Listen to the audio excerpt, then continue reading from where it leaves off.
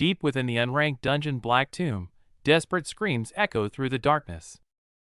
Crisis strikes. The team surrounds their leader in panic. Kim Jun-woo lies unconscious, soaked in blood, hovering between life and death. Jun-woo struggles to open his eyes, vision blurring. His first thought isn't about his pain, but the outcome of the mission. Beside him, a burly teammate breaks down. Facing the lingering purple energy, he tilts his head back and sobs in despair. The invincible beast, Gigantiana, has finally fallen. Seeing this, Jun-woo manages a weak, bloody smile of relief. This was no ordinary fight. It took 3 years to hunt down this beast, leaving the battlefield decimated by lightning and explosions.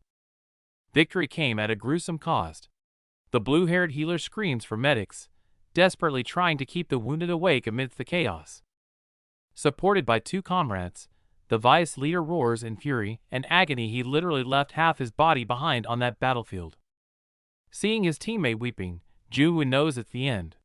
With his dying breath, he entrusts the survivors to her care. "I'm sorry." These are his final words.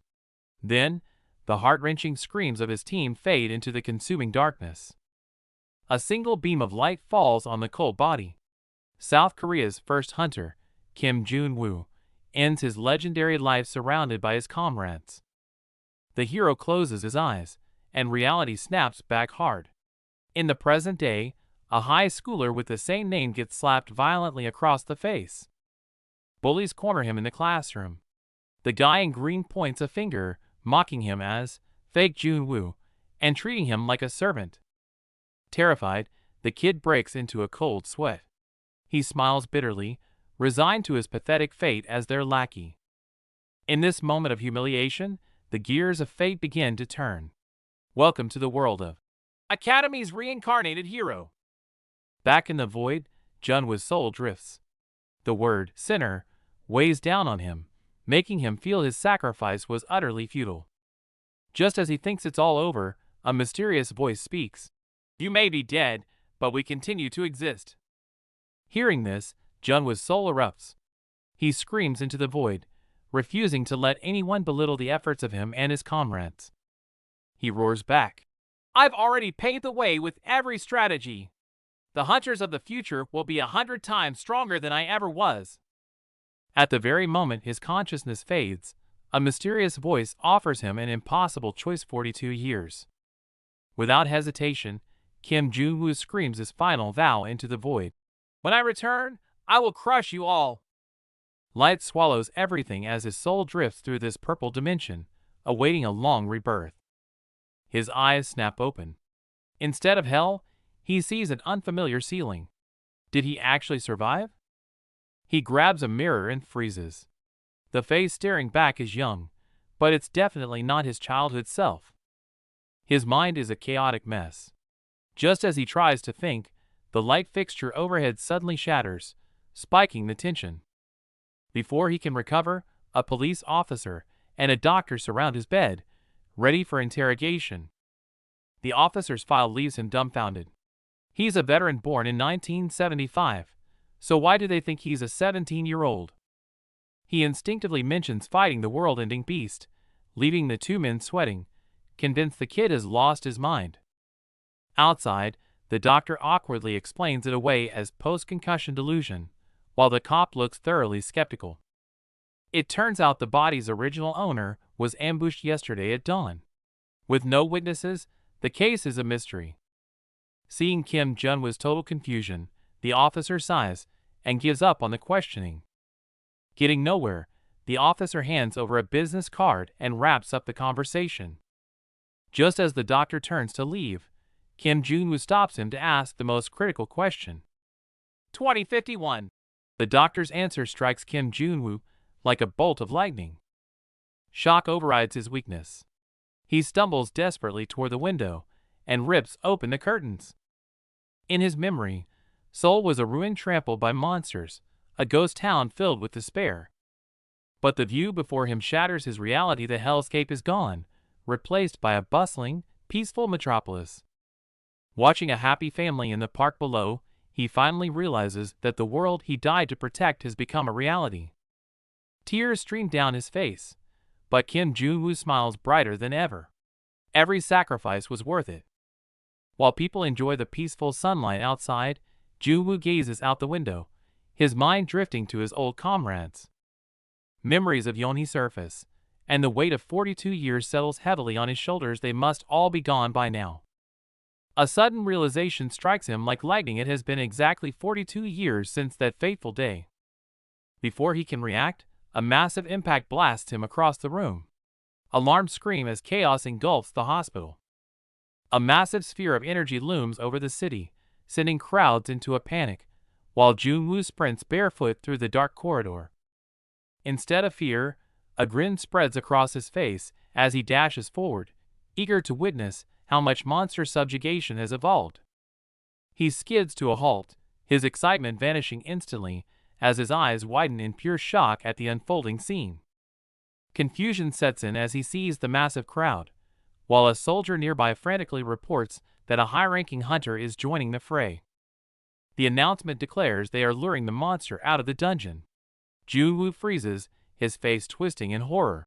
"Are you insane?" He looks around at the complacent crowd, trembling with rage as he demands to know if they were all aware of this madness. The iron rule screams in his mind. If a monster breaches the dungeon, the city falls. The battle must happen inside. It was the most fundamental commandment burned into every soldier's memory: contain the threat at all costs. But here, camera crews are setting up for a show. Jong-woo gets shoved by the crowd, watching in disbelief as they treat a disaster like a TV event. He storms the police line, screaming at the crew for their insanity, while bystanders just stare at him like he's a confused high school kid. "This isn't a game!" His desperate warning is cut short by a bone-chilling roar erupting from the dungeon. While Jong-woo stands tense with dread, the crowd erupts in joy, chanting the name of their idol savior Dash. "Go Eun-chae!" An armored SUV pulls up, flanked by guards. A boot hits the pavement, and the fans scream in sheer ecstasy. Go Eun-chae steps into the light, waving to her adoring fans with a practiced smile, treating the battlefield like a red carpet. Jong-woo eyes her critically. She's younger than he expected. Amidst falling petals, she readies her weapon with theatrical flair. Blue holographic screens surround her as she initiates the system connection, authorizing her B-rank skills with a surge of digital power. Alarms blare as the operator screams a warning, the portal behind him erupting with violent blue and gold energy. A massive claw tears through the lightning as the wolf roars, but the golden-haired huntress Go Eun-chae stands her ground, sword drawn and unfazed. She grips her thrust blade, channeling a blinding chill as high-tier ice magic ignites. She's going for the kill. The beast lunges with a thunderous shriek, jaws wide, but she leans back in a hair's breadth dodge, barely escaping death. Capitalizing on the momentum, she slides across the battlefield at breakneck speed, a blur of motion under the cold moonlight. Her blade carves through the ice, unleashing a precise slash that erupts into a shockwave of blue energy upon impact. Fans watch in awe, calling the fight a beautiful dance, while a child innocently vows to become a hunter just like her. Watching the crowd cheer for Bloodsport, Kim Jong-woo smiles a cold, unsettling smirk that doesn't reach his crimson eyes. Back in the arena, Eun-chae charges straight into the monster's crushing stomp, delivering a fully charged slash against the lightning. She transforms into a streak of light, launching skyward as a storm of razor-sharp ice crystals bombards the target below. The beast tries to roar, but the freezing blizzard swallows it whole, trapping its massive frame in a prison of ice. Victory is absolute. The giant wolf collapses into a frozen statue as the huntress stands tall, a perfect performance. The stadium erupts into chaos, fans clutching their heads and screaming Go Eun-chae's name like they're at a pop concert. Amidst the deafening cheers, Jong-woo lets out a scoff of pure disdain. Is this a hunter? This isn't a battle. Rage burns in his eyes as he grits his teeth at the rotten reality. Hunting as entertainment? This piece is a joke. In the Black Tomb dungeon, there are no cheers, only the heart-wrenching screams of comrades echoing in the dark. Bloodied and broken, Kim Jong-woo lies on the ground as his team desperately begs him to wake up, but he's fading fast. Blood blurs his vision as he struggles to open his eyes. Ignoring his own life, his first thought is for the mission's success. Seeing their leader shattered, the hardened warrior breaks down, his agonizing sobs filling the air with utter despair. The colossal beast finally falls, victory achieved. But Junwoo, face slick with blood, can only manage a hollow laugh. The triumph tastes like ash. Gigantiana was a nightmare unlike any other. It took 3 years of relentless hell just to bring this beast to its knees. The cost is devastating, hundreds of lives snuffed out. Amidst the rubble, a girl screams for her comrade to hold on, her voice cracking with desperation. The wounded soldier sags in his teammate's arms. He forces a grim smile, pointing back. Half his body is missing, and he knows this is the end. The warrior squeezes her eyes shut, tears streaming down. With his dying breath, the man leaves one final plea: live on for those who fell first. Junwoo collapses, vision fading, his heart heavy with regret. The frantic screams of Captain drift away as darkness swallows him. A single spotlight illuminates the cold body as the team kneels in silence. Kim Junwoo, the first hunter in legend, has fallen. Just as the heroic legend reaches its peak, a hand violently slaps the back of a young boy's head, shattering the mood. Cut to the present. A group of bullies corners him. The guy in the green hoodie smirks, demanding the fake Junwoo buy them hot pot, treating him like a walking wallet. The bully whines about food, but the dark-haired boy in the chair shifts. He plays the submissive errand boy, but a dangerous sneer curls at the corner of his mouth. The absurdity and rebirth all begin here, within the walls of this academy. Back in the void, purple rain falls like tears. A voice echoes through the darkness. Your sacrifice was completely meaningless. Floating paralyzed in a purple cosmos, Junwoo accepts his death. But a mysterious voice pierces the silence. Only your time has ended. Even as a spirit, Junwoo rages. He screams into the void. It wasn't brute force that won, but his meticulously crafted tactics. He swears his legacy paved the way. Future hunters will stand on his shoulders, becoming stronger and more efficient than he ever was. The voice scoffs, dropping a bombshell. Your tactics are fine. For 42 years from now. Junwoo freezes in shock. The monster prophesies its return in 42 years, mocking humanity's future. Junwoo curses back, swearing to crush the bug when that day comes. Light fades, and his consciousness plunges into the abyss of time, drifting toward an unknown fate. Eyes snap open to a strange ceiling. He bolts upright, cold sweat on his brow. He died on the battlefield. So why is he in a hospital? He grabs a mirror and gasps. The reflection is young, but it's a complete stranger's face. Junwoo wakes to ominous knocking. Before he can react, ceiling lights shatter above him, instantly spiking the tension. Before he can process the chaos, a doctor and a stern police officer loom over his bed. It feels like an interrogation. The cop states he's 17. Junwoo snaps back that he was born in 1975, leaving the two adults dumbfounded and sweating. He starts rambling about fighting the demon beast in a dungeon. The officer and doctor exchange confused glances, utterly lost. The cop whispers, asking if he's delusional. The doctor awkwardly suggests it's just post-traumatic confusion blurring reality. Getting nowhere, the cop explains Junwoo was attacked at dawn with no witnesses or CCTV, leaving the case a mystery. Overwhelmed by the nonsense, Junwoo falls silent. The cop sighs, realizing he won't get any answers today. The officer hands over a card, telling him to call if memories return, and finally leaves him be. As the doctor turns to leave, Junwoo stops him. Trembling, he asks the most critical question, "What year is it?" 2051. The number hits Junwoo like a sledgehammer. His eyes widen in absolute horror as his reality shatters. Screaming impossible, he loses control and hurls himself at the window, shattering the glass to escape this nightmare. In that moment, he braces himself, expecting to see the burning, monster-infested ruins of the hell he remembers. But instead of ash, he sees a gleaming, peaceful metropolis under a clear blue sky. He can't believe his eyes. Watching a happy family in the park below, the sheer peace of it all leaves him stunned and painfully alienated. The scene cuts to darkness. Manic laughter mixes with sobbing as a mysterious, inevitable fate begins to unfold. Elsewhere, a woman watches people play outside, quietly reciting the names of her fallen comrades with a heavy heart. It's been 42 years.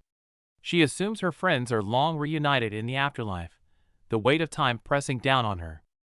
Suddenly, realization strikes like lightning. The date aligns exactly with the prophecy it's starting again. Back at the hospital, sirens wail. The building shakes violently, knocking Junwoo down as disaster warning blares.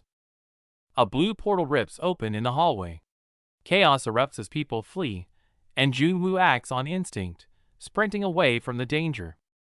Junwoo sprints down the hallway in his hospital gown, grinning like a kid. It's been 42 years, and he's dying to see how strong modern hunters have become. He skids to a halt, his smile vanishing instantly. Something's wrong on the street, and his eyes widen in pure shock. A massive crowd blocks the way, tension thick in the air. An armored commander yells into his comms a high-level hunter is joining the raid. While the broadcast warns people to stay back, the commander drops a bombshell. In 10 minutes, they're luring the monster out of the dungeon. The scarred commander glares at the crowd, his expression grim, demanding everyone's full attention for what comes next. But this is madness. The iron rule is to kill monsters inside the dungeon.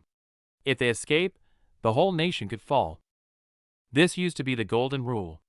Commanders would drill it into soldiers as the absolute bottom line, a protocol to defend with their lives. But the world has changed. Junwoo tries to intervene, but gets shoved back by guards, while a camera crew casually sets up for a live stream nearby. The hostess hypes up the show for ratings, while Junwoo loses it behind the police tape.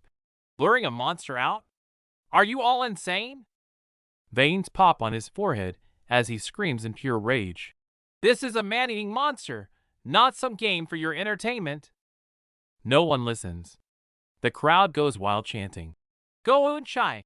treating a deadly raid like a pop idol fan meeting. Security tightens, a luxury car door opens. A boot hits the pavement, and the crowd erupts in deafening screams. Star hunter Go Eun-chai strikes a pose, basking in the flashbulbs, yelling, "Look at me!" as if walking a runway, not a battlefield. Someone casually comments on her age, while Eun-chai turns her back to the crowd, gathering blue mana in her palm for the show. No combat instinct here, just a system uplink. Authorization windows pop up, unlocking a B-rank skill like logging into a video game. Monster incoming! A warning blares as a massive magical barrier deploys, sealing the street with crackling energy. Darkness shatters as a giant wolf bursts from the ground, crackling with lightning, its blood-red eyes locked on its prey. Eun-chai doesn't flinch. Her sword glows with frost as an ice magic circle spins to life behind her, radiating power.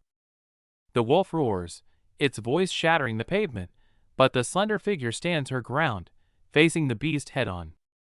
In a split second, her blade flashes under the moonlight, cutting through the smoke as she strikes with blinding speed. The grand finale.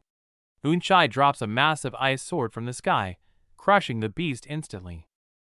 The fangirls go wild, screaming about how cool she looks, treating the fight like a pop concert. Everyone is cheering, even the kids. But Junwoo stands silent, his eyes cold and unimpressed. Just moments ago, she was displaying flashy moves on the ice, clashing head-on with the giant wolf. She dove from the sky, seemingly more focused on showing off her skills than efficient hunting. The wolf stood no chance, impaled by jagged ice spikes, howling in agony as it died. Victory posed.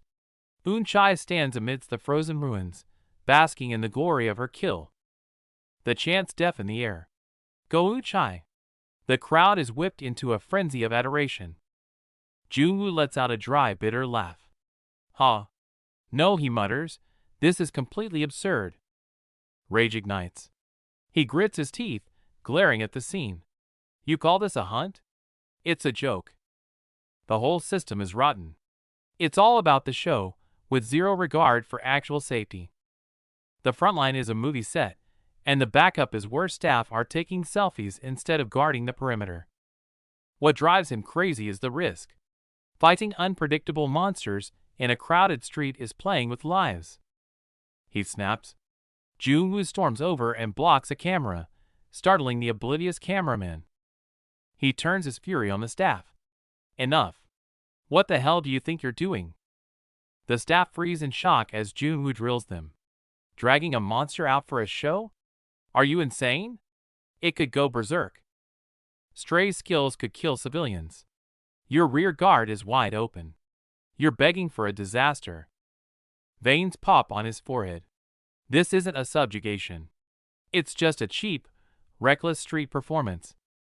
A girl tries to argue with textbook rules. Junwoo shuts her down cold. Forget the books. The real field is different. Pure killing intent floods out of him. The girl freezes in terror, staring into the eyes of a veteran who's seen hell. The modern hunter scene is rotten to the core. Suits pin a man to the concrete, crushing him without mercy. The victim screams the name Go Eun-chae in desperation, only to be mocked for his pathetic lack of skill. Blonde icon Go Eun-chae watches with cold indifference, while the protagonist breaks into a sweat. This school is a mess.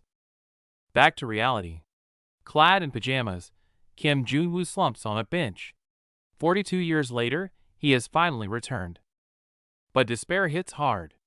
Hunters are weaker than ever. If the apocalypse returns now, humanity is finished. He clutches his head in agony. He needs to prepare, but who would believe a lunatic in pajamas? Suddenly, a spark. Strangers won't believe him, but his old squad, his brothers in arms, might still be out there. He pauses, frustrated. How to find them in this massive city?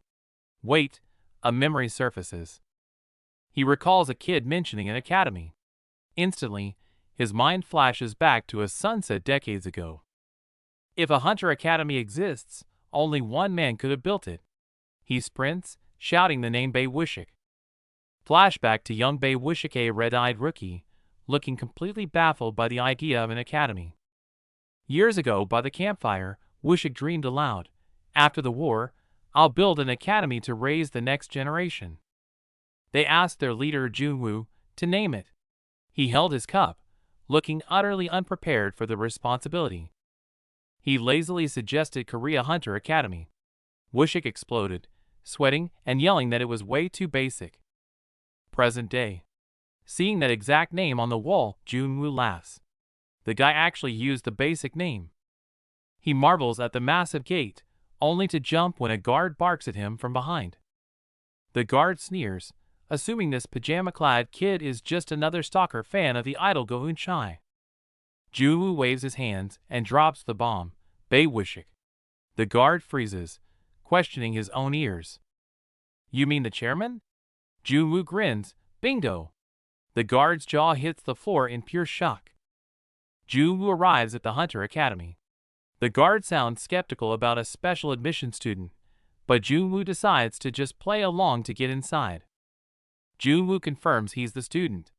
The guard clicks his tongue in annoyance and leads the way, but Junwoo notices a strange look in the man's eyes. Is that pity? They walk into the plaza, but Junwoo suddenly freezes. His eyes widen, pupils shrinking in shock, and cold sweat runs down his face as he stares ahead. It's a massive portrait of his past self. The sheer scale of it is ridiculous. Junwoo is flabbergasted, and even the guard seems taken aback by the intense aura. The guard immediately yells at him to keep it down. Junwoo apologizes profusely, face-palming in embarrassment. Who on earth puts up such a giant, cringeworthy portrait? On the wall hangs a plaque with leader Kim Junwoo's motto, 99% effort and 1% talent. Seeing his own words immortalized like this leaves Junwoo with mixed feelings. Outside the office, the guard turns around and sternly warns Junwoo to behave himself inside. Then, he firmly knocks on the door. The guard respectfully announces their arrival. Inside, A dignified man in a suit, Chairman Bei Wushik, sits with an imposing aura and calmly invites them in. Even as they enter, the guard points a finger at Junwoo, giving one last warning. Junwoo sighs and nods, clearly tired of being treated like a troublemaker. Having delivered the package, the guard flashes a mischievous grin, says his goodbyes, and promptly leaves Junwoo to fend for himself. The door clicks shut. Junwoo stands there, looking calm on the surface, but his foot taps nervously. For the first time in a long while, he feels a twinge of tension. Bei Wushik is not amused. He scowls, stating he never heard about any special admission, and glares at the intruder, demanding to know who he is. As the chairman leans in with a threat, Junwoo blunders and calls him by his first name, Wushik. The familiarity only makes the older man's glare colder. Suddenly, Junwoo lunges forward and hugs his old friend from behind. He beams with excitement, shouting, "It's me. I almost didn't recognize you, you've changed so much." Wushik explodes with rage, pointing a trembling finger and screaming, "I've never met such a lunatic in my life." Junwoo points at himself, genuinely shocked by the rejection. The chairman grabs the phone to call security. Thinking fast, Junwoo drops a name. "What about Sun Young?" Wushik freezes, the phone still in hand, his eyes narrowing in suspicion. Junwoo doesn't stop there. "Sun Young from Team 3. Remember how you got rejected and cried your eyes out?" Wushik is so mortified, he looks like he's about to have a stroke. Junwoo grins mischievously. "So it didn't work out, huh?" But his smile vanishes instantly, as a hand shoots out and grabs him by the collar. Wushik is snapped. He shakes Junwoo violently, screaming, "Who are you, you punk?" Junwoo is genuinely rattled. He never expected his old subordinate to manhandle him like this. Playtime is over. Junwoo's expression turns ice cold, his eyes glowing red with menace. "You've grown bold, haven't you?" he whispers, his aura shifting instantly. Ignoring the supervisor's hysterical screaming, the guy in the hoodie doesn't flinch. He casually catches the swinging hand, a mocking smile playing on his lips. The supervisor's eyes bulge with shock and sweat. Unable to accept the defiance, he screams about facing monsters, trying to regain authority through sheer volume. A massive spectral soldier manifests behind him. His eyes glow with intensity as he coldly retorts, "If you're going to take control, do it properly." Cut to the base camp at dusk. Under a purple sky, the dilapidated building stands silent, hinting that trouble is brewing. Trouble indeed. A desperate man in a hat holds a knife to a woman's throat, screaming like a lunatic for antibiotics and food. The guards sweat nervously as they exchange intel. The man was exiled for an infectious disease and has returned out of desperation to steal supplies. The protagonist arrives and assesses the situation. Seeing the man using a crying little girl as a human shield, he pauses, deep in thought. Panic sets in as the team approaches. The kidnapper strangles the screaming girl tighter, his face twisted in fear as he yells, "Stay back!" The hero looks down coldly from above. The kidnapper, losing his mind, plays his final card. "Do you want to watch this woman die?" Shockingly, the hero turns his back and coldly says, "Do as you please." Even the crows scatter as the kidnapper freezes in total disbelief. The kidnapper trembles, confused. The hero turns, staring with dead eyes. "What's wrong? Can't do it? Are you unable to kill her?" The kidnapper screams about saving his sister. The hero remains unmoved, countering with brutal logic. "If you want to save a life, be prepared to take one." Crouching into a combat stance, the hero's eyes overflow with killing intent. "In this world," he warns, "if you take control, you finish it." Provoked to the breaking point, the kidnapper snaps. Screaming then die peacefully. He lunges, thrusting the knife violently toward the hostage. Rain suddenly pours down as the kidnapper leaps like a beast. His dagger slices through the downpour, aiming straight for the hero's back. Snap! In an instant, the strike is caught. The hero turns, his crimson eyes glowing terrifyingly in the dark as he crushes the attacker's arm. With a violent throw, he he tosses the kidnapper like trash. The force is brutal, sending the man flying uncontrollably through the rain. The kidnapper slams into the concrete, spitting blood. He screams in agony as his body skids across the rain-soaked ground. Still clinging to consciousness, the man drops to his knees, gasping. Clutching his knife, he glares with pure hatred, "You bastard." The thug in green loses it, screaming "Die," as he lunges for a desperate final kill. Jun-woo grins, equips the Ring of Patelis, and blasts him away with a crushing counterstrike. Energy gathers at his fingertips as he activates the skill explosive flick. The strike slams down, unleashing a massive shockwave that crushes the ground beneath. The thug slams into the wall like a ragdoll, while Jun-woo stands amidst the ruins, watching coldly. The fight barely over, Jun-woo orders the trembling accomplice to find antibiotics and search for the sister. The minion panics, stammering that the camp is over 100 kilometers away. It's impossible.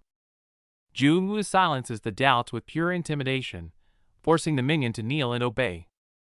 Instead of killing them, he orders them to carry the wounded back. Force conscription begins now. Jun-woo waves casually as he walks away.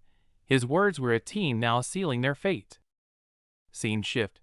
Chairman Bei stares in disbelief, unable to grasp that this child is his former commander.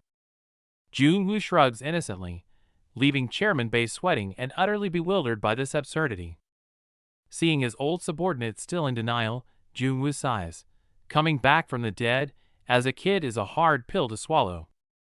To prove his identity, Jun-woo drops the bomb, reminding Bei of the time he wet his pants during his first hunt. Cut to the academy, where Jun-woo rushes up the stairs, seemingly in a hurry. Chaos erupts in the office as the manager screams into the phone, demanding to know how this special admission student got in. The guard slumps on the bench, trembling with regret for misinterpreting the situation, now dreading the consequences. He peeks out nervously to explain, only to find Jun-woo standing there with crossed arms, freezing the moment. Desperate to regain his composure, the man drops to the floor and starts cranking out push-ups, chanting "Focus" to himself. Jun-woo presses an ice pack to his face, fighting the throbbing pain, while Woo-shik sweats bullets beside him. To prove his identity, Jun-woo had to expose Woo-shik's embarrassing past, leaving the chairman kneeling in shame. After the awkwardness, the mood shifts. Woo-shik laments how the world has changed, and Jun-woo's gaze turns cold. Woo-shik mentions the trend of luring monsters into cities for subjugation, and Jun-woo instantly guesses the location of the farce. Despite his annoyance, Jun-woo admits to his old friend that surface-level peace has indeed been maintained since his sacrifice. But this peace is twisted. Monster hunting has become a gladiator show, and Jun-woo burns with rage at this reckless entertainment.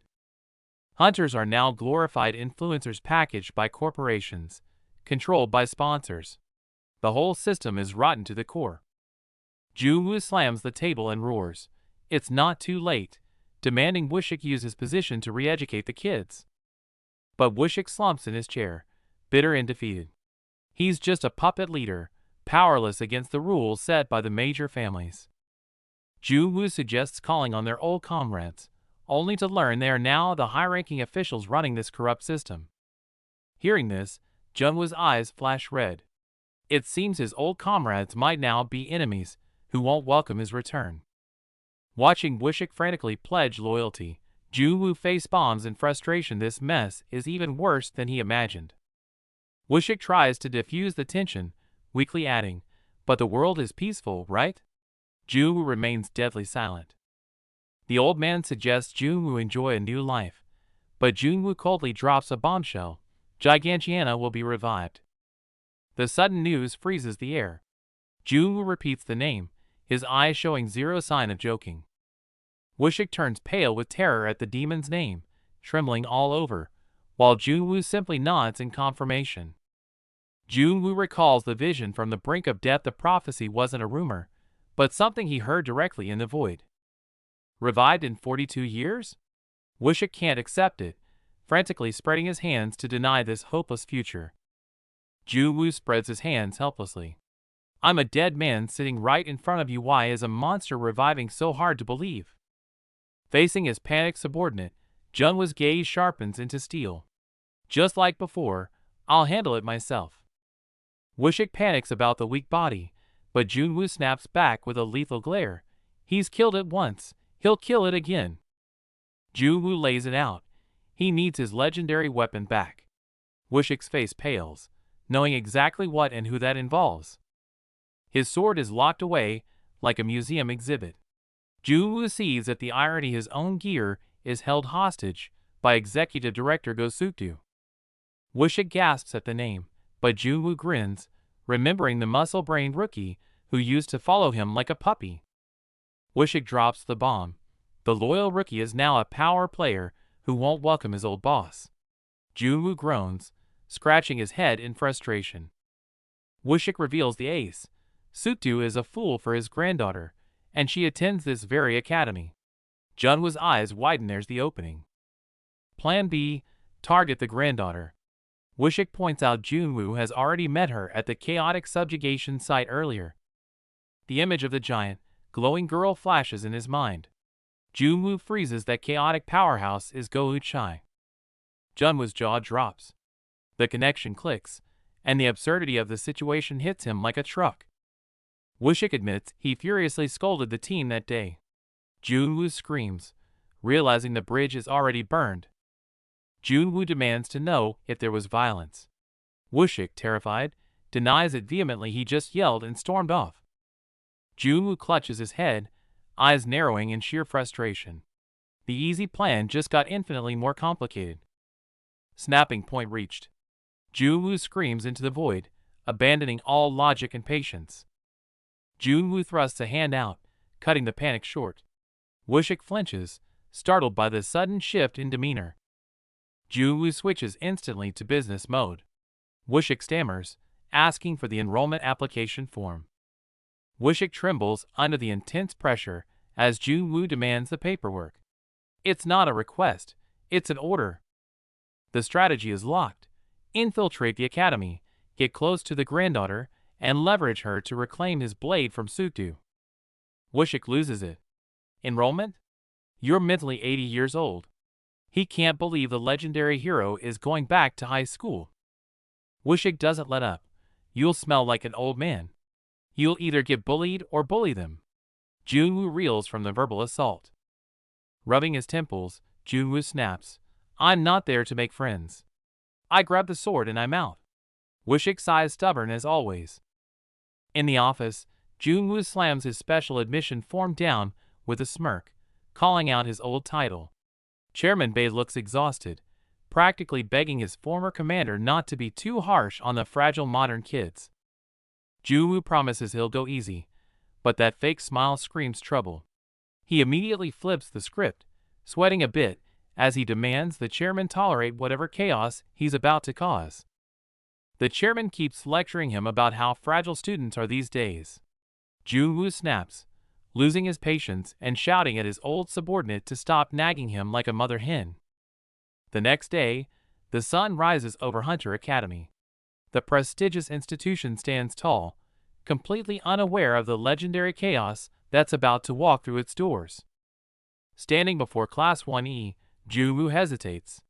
Despite his centuries of experience, the old veteran actually feels a rare twinge of nervousness about his first day of high school. He steels himself, remembering the chairman's request. The plan is simple: keep a low profile and stay under the radar until he can locate his target, Go Uchai. Before he can even touch the door handle, a sharp voice cuts through the air. Junwoo spins around in genuine shock, caught off guard by the sudden confrontation. A blonde girl stands there with an icy glare, ordering him to move if he's not going in. The legendary hunter instantly crumbles, stammering out an excuse like a terrified schoolboy. She steps into his personal space, staring him down intensely. Junwoo sweats bullets, completely confused by her hostility as she scrutinizes his face. She suddenly asks if he's the dog from yesterday. Junwoo freezes, realizing with horror that this rude girl is exactly the person he was supposed to find Go Uchai. Junwoo tries to protest the dog comment, but she brushes him off and walks away. Her sheer arrogance leaves him fuming and utterly baffled. As Junwoo walks into the classroom grumbling about kids these days, a sharp-eyed student in the corner notices him, his expression instantly shifting to suspicion. The atmosphere in the room shifts. Students start whispering and pointing, realizing this new guy is the same maniac who caused a scene yesterday. Gossip spreads like wildfire. Girls gasp in disbelief, while one student breaks into a cold sweat, looking like he's just seen a monster walk into their classroom. Junwoo ignores the stares and heads for a seat. He's actually disappointed. He expected a hardcore military academy with weapons everywhere, not this ordinary high school vibe. He wonders where to sit, only to find a desk occupied by a massive, flashy bouquet of roses. The card reads, "Congratulations on your enrollment, Director Bae Wushik." Junwoo's face turns green. Is his old subordinate trying to sabotage his low profile? This dramatic gesture looks more like a marriage proposal than an enrollment gift. He disgustedly shoves the expensive bouquet aside, grumbling about the waste of money. To a survivalist like him, anything you can't eat is just useless trash. Before he can settle in, shouting erupts. A teacher is screaming at a student, the tension in the room spiking instantly as the conflict explodes. At the door stands an arrogant delinquent, yawning and complaining loudly. He's furious about being woken up early for school, showing zero respect for the teacher or anyone else. The atmosphere in Class E is suffocating. From the corner, a snide voice mocks Junwoo for acting like he's in charge. A blonde delinquent looms behind a nervous student, grinning like a predator spotting its prey. The bully gets right in his face, dropping all pretenses. "Well, look at that. It's the stray dog from yesterday." He recognizes Junwoo immediately, the special transfer student who publicly messed with the idol hunter Go Eun-chai. Waving his phone, the bully announces that Junwoo's embarrassing video has gone viral. The whole school is laughing at him. The blatant humiliation ignites Junwoo's rage. His fist clenches, barely holding back the urge to strike right there. The bully, Oh Juseok, grabs Junwoo by the hair, shaking him disrespectfully. "A nutcase like you belongs in the trash with us?" Remembering the advice to lay low, Junwoo swallows his murderous intent and extends a hand for peace, but Juseok just sneers. Their hands meet, but the moment Junwoo says his name, the air turns thick with tension. Juseok bursts into hysterical laughter. "Did your parents lose their minds? Naming a loser after the legendary hero?" The mockery shifts to something darker. His eyes gleam with a disgusting, predatory hunger. "Hey, how does she look up close?" Ignoring Junwoo's reaction, he spirals into lewd comments. "I'm talking about her body. She's got an attitude, but those curves." Juseok gets lost in his own delusional fantasy. "If not for her powerful grandpa, she'd be exactly my type." Hearing this filth, Junwoo's gaze turns ice cold. He's looking at a dead man walking. Suddenly, a cold scoff cuts through. A blonde girl steps in, unable to stomach it anymore. "You again? Go look in a mirror." Juseok snaps, but the girl stands her ground. "Why so loud? We're all classy trash here. Stop acting superior." She hits a nerve. "You rely on daddy's connections and still got dumped in Class E. Is that something to be proud of?" Exposed and humiliated, Juseok loses it. Roaring with rage, he swings his fist directly at the girl. Bam! A deafening impact echoes as the strike lands with full force, sending debris flying. But in the next second, it's Juseok sitting on the floor. Eyes wide with shock, he can't comprehend what just happened. Chaos erupts in the classroom, screams echoing everywhere. Ignoring the mess he made, Junwoo storms out with a face like thunder, not giving a damn. His gaze is ice cold, but the mocking nickname has already spread meme Junwoo. It seems these kids have no idea who they're really dealing with.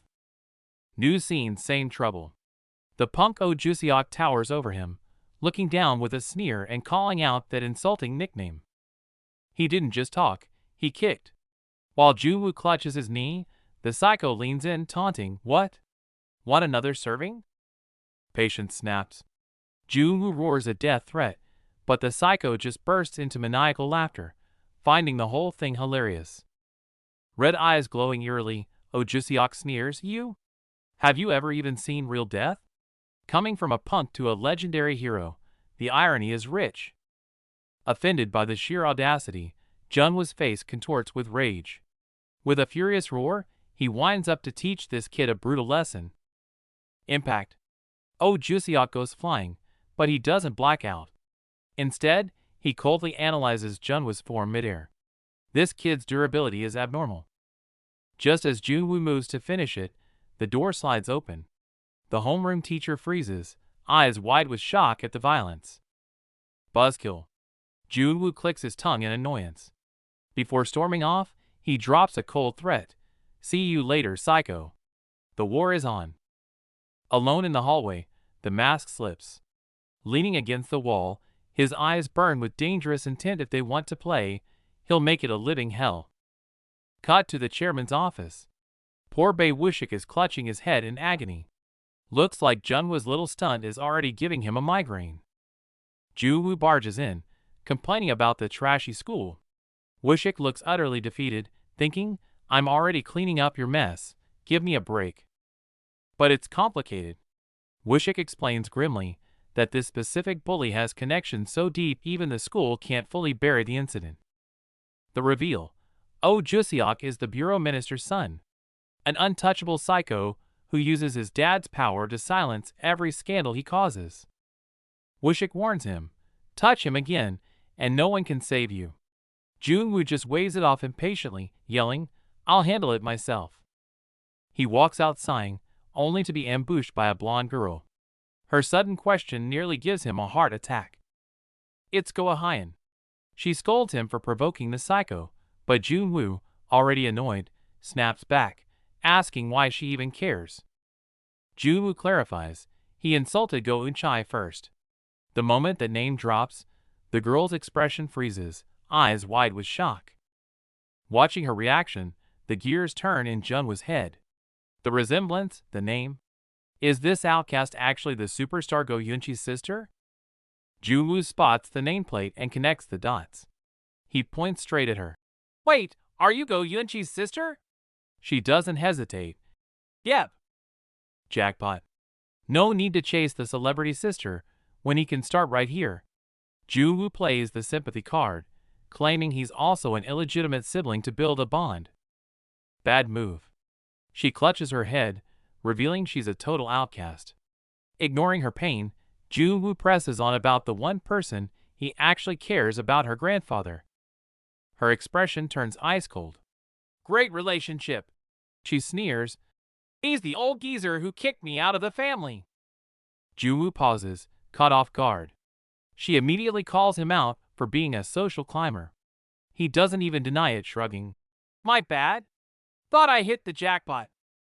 The mood freezes, but Junwoo switches tactics. His eyes sharpen as he delivers a cold truth.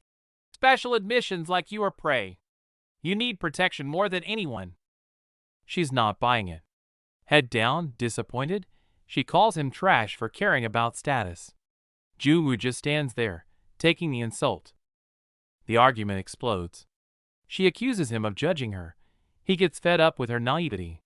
Clutching his head, he snaps, "Just wait.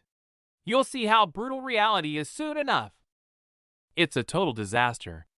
Junwoo is left frustrated, scratching his head, while she shoots him a glare filled with pure disappointment. She leaves him with a cold silence. The interaction was a complete failure, leaving nothing but tension in the air.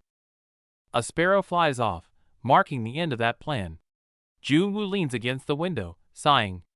The easy route failed. Time to find another way to reach the main family. Trouble finds him immediately. A thug in a green hoodie blocks his path, sneering, "Hey, you're that special admission case from Class E, right?" Junwoo gives him a bored look. "So what?" But the hallway fills up fast. The goon squad surrounds him, smirking and ready for violence. It's a classic shakedown. "Follow me," the leader commands. The pack surrounds him like they're escorting a prisoner to execution. The thug threatens a public beating. Jun-woo immediately switches into victim mode, clutching his head and trembling. Ah, please no! They drag him to an abandoned shed behind the school. Secluded, dark, the perfect spot for a beatdown. 5 silhouettes block the doorway, shutting out the light. Heavy footsteps echo as they step into the darkness with him. Inside, Jun-woo isn't shaking, he's critiquing the smell of stale cigarettes. From the shadows, a voice taunts. Yo, you here, fake Jun-woo? The ringleader sits on the stairs, grinning like a predator. Before we give you some unforgettable memories, let me ask you something. The bully rants about his status. Jun-woo just sighs, completely over it. Good grief, everywhere I go, it's special admission this, special admission that. Jun-woo tilts his head with a mocking smirk, genuinely baffled. Honestly, why is this such a big deal to you people? That hit a nerve. The bully's face contorts with rage, veins popping. You charity case. Acting like we're equals? I'd crush you if I could. The hallway goes cold. 3 goons surround him, sneering. Consider yourself lucky we're keeping this quiet. Get him. A kick flies and Jun-woo sidesteps effortlessly and counters. With a thunderous impact, the loudmouth is sent flying backward. The thug slams into the wall, groaning. Jun-woo stands calm, while the guy on the floor tries to act tough. Oh, good at dodging, huh? Seeing their friend down, the other 2 see red. They lunge forward, shouting, You cocky little charity case. The double team is chaotic. Jun-woo dodges one swing, but the blonde lands a heavy hook right to his face. Blood splatters instantly. Sensing weakness, the guy in green charges in like a bull. But Jun-woo stops him dead in his tracks with just one hand. The tables turn instantly. Jun-woo stomps him into the ground, pinning him down with cold, ruthless efficiency. The attacker lies on the floor, nose shattered, twitching. The others freeze, eyes wide with shock. The hallway goes silent. The bullies are trembling, cold sweat pouring down. Jun-woo pockets his hands, staring them down. What's wrong? Aren't you coming at me? Jun-woo's eyes burn with terrifying intensity against the darkness. Didn't you want a memory? Let's make it unforgettable then. He looks down at the so-called elites, a scornful smirk on his face. Just a bunch of little punks. Meanwhile, Go Eun-chai storms down the stairs, heels clicking furiously. That damn kid. She replays their argument, Jun-woo mocking their obsession with status, and her snapping back. You talk big for someone who knows nothing. Gossip spreads fast. Hey! Oh, Jusiok's gang took the special admission kid. He's done for. Serves him right. Fastest dropout in history. Someone sneers. Eun-chai pauses as a student asks about telling a teacher, only to be shut down. Stay quiet. Eun-chai closes her eyes, Jun-woo's stinging words echoing in her mind. Looks like you're no different from them, obsessed with background. She takes a deep breath, ignores the gossip, and walks straight toward Class 1E. The blonde girl marches toward Class 1E. Behind her, a shadowy figure watches silently, creating an eerie sense of being stalked. Chaos in the classroom. A student lies bleeding on the floor, while a dark-haired boy approaches calmly, hands in pockets, amidst the shock. In a warehouse, the ringleader sits high up, screaming at his terrified lackeys to attack. The underlings tremble, caught between fear and obedience. The purple-haired bully scoffs at the injury, mocking his victim's physical and mental weakness with a cruel, red-eyed glare. It's forced training. The bully sits comfortably, demanding the battered victim on the floor use his skill, despite the blood and exhaustion. The 2 lackeys cower in the dark. Terrified of expulsion, but more afraid of their leader, they have no choice but to obey. Suddenly, the lackeys clutch their wrists in agony. The protagonist recognizes the bracelets instantly. They aren't jewelry, they're disguised weapons. The protagonist steps in, shielding the victims. With a firm stomp and a cold enough, get lost, he takes control of the situation. The bully, Oh Jusiok, snaps and accesses the system. Ignoring his lackey's warning about disciplinary action, he screams in rage and prepares to fight. System alerts flash as a D-rank combat skill unlocks.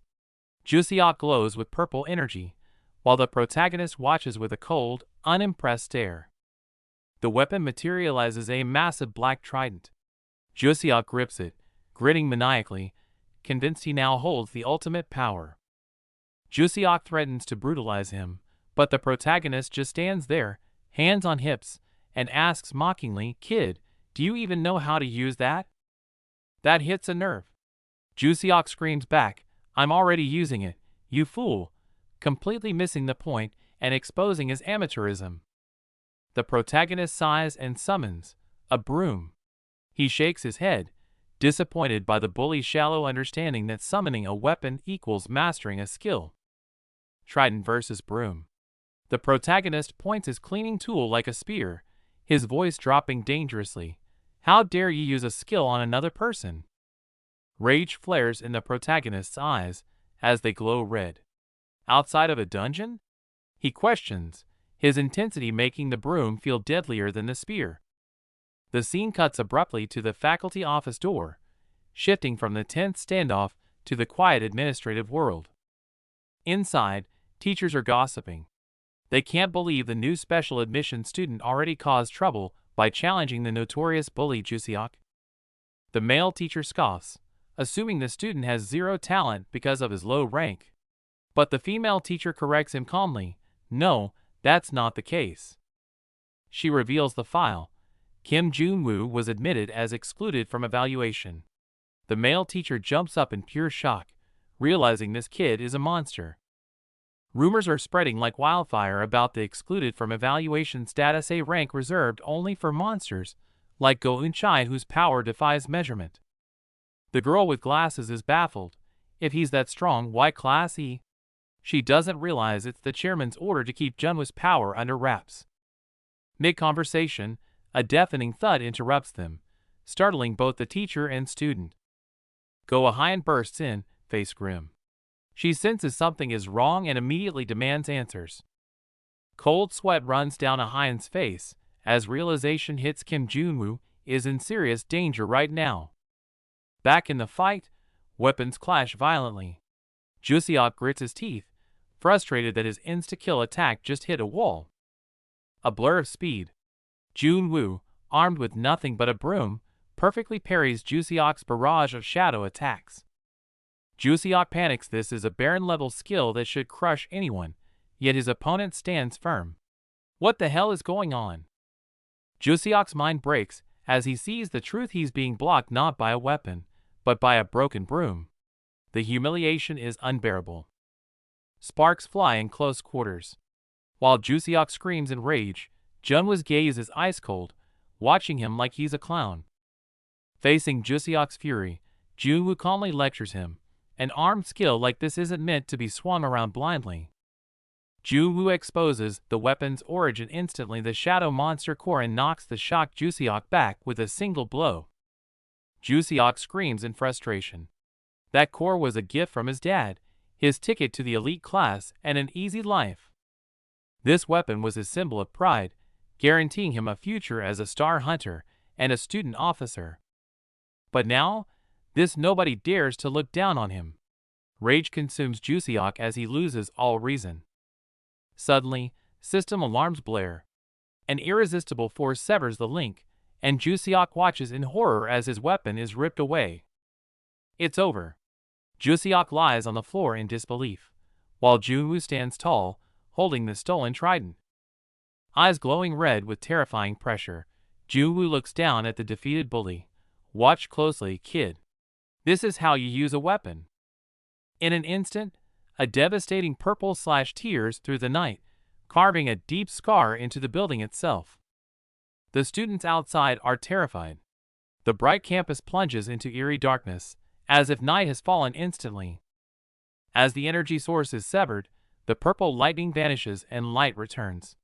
Suddenly, two students look down in horror. Their shadows are acting strange. It's not just strange. The shadows have gained sentience, slipping away from the students' feet like water, triggering instant panic. The shadow user Jusiok spurts blood from his nose. He desperately tries to sense his summons, but the connection is severed. The dimension is completely empty.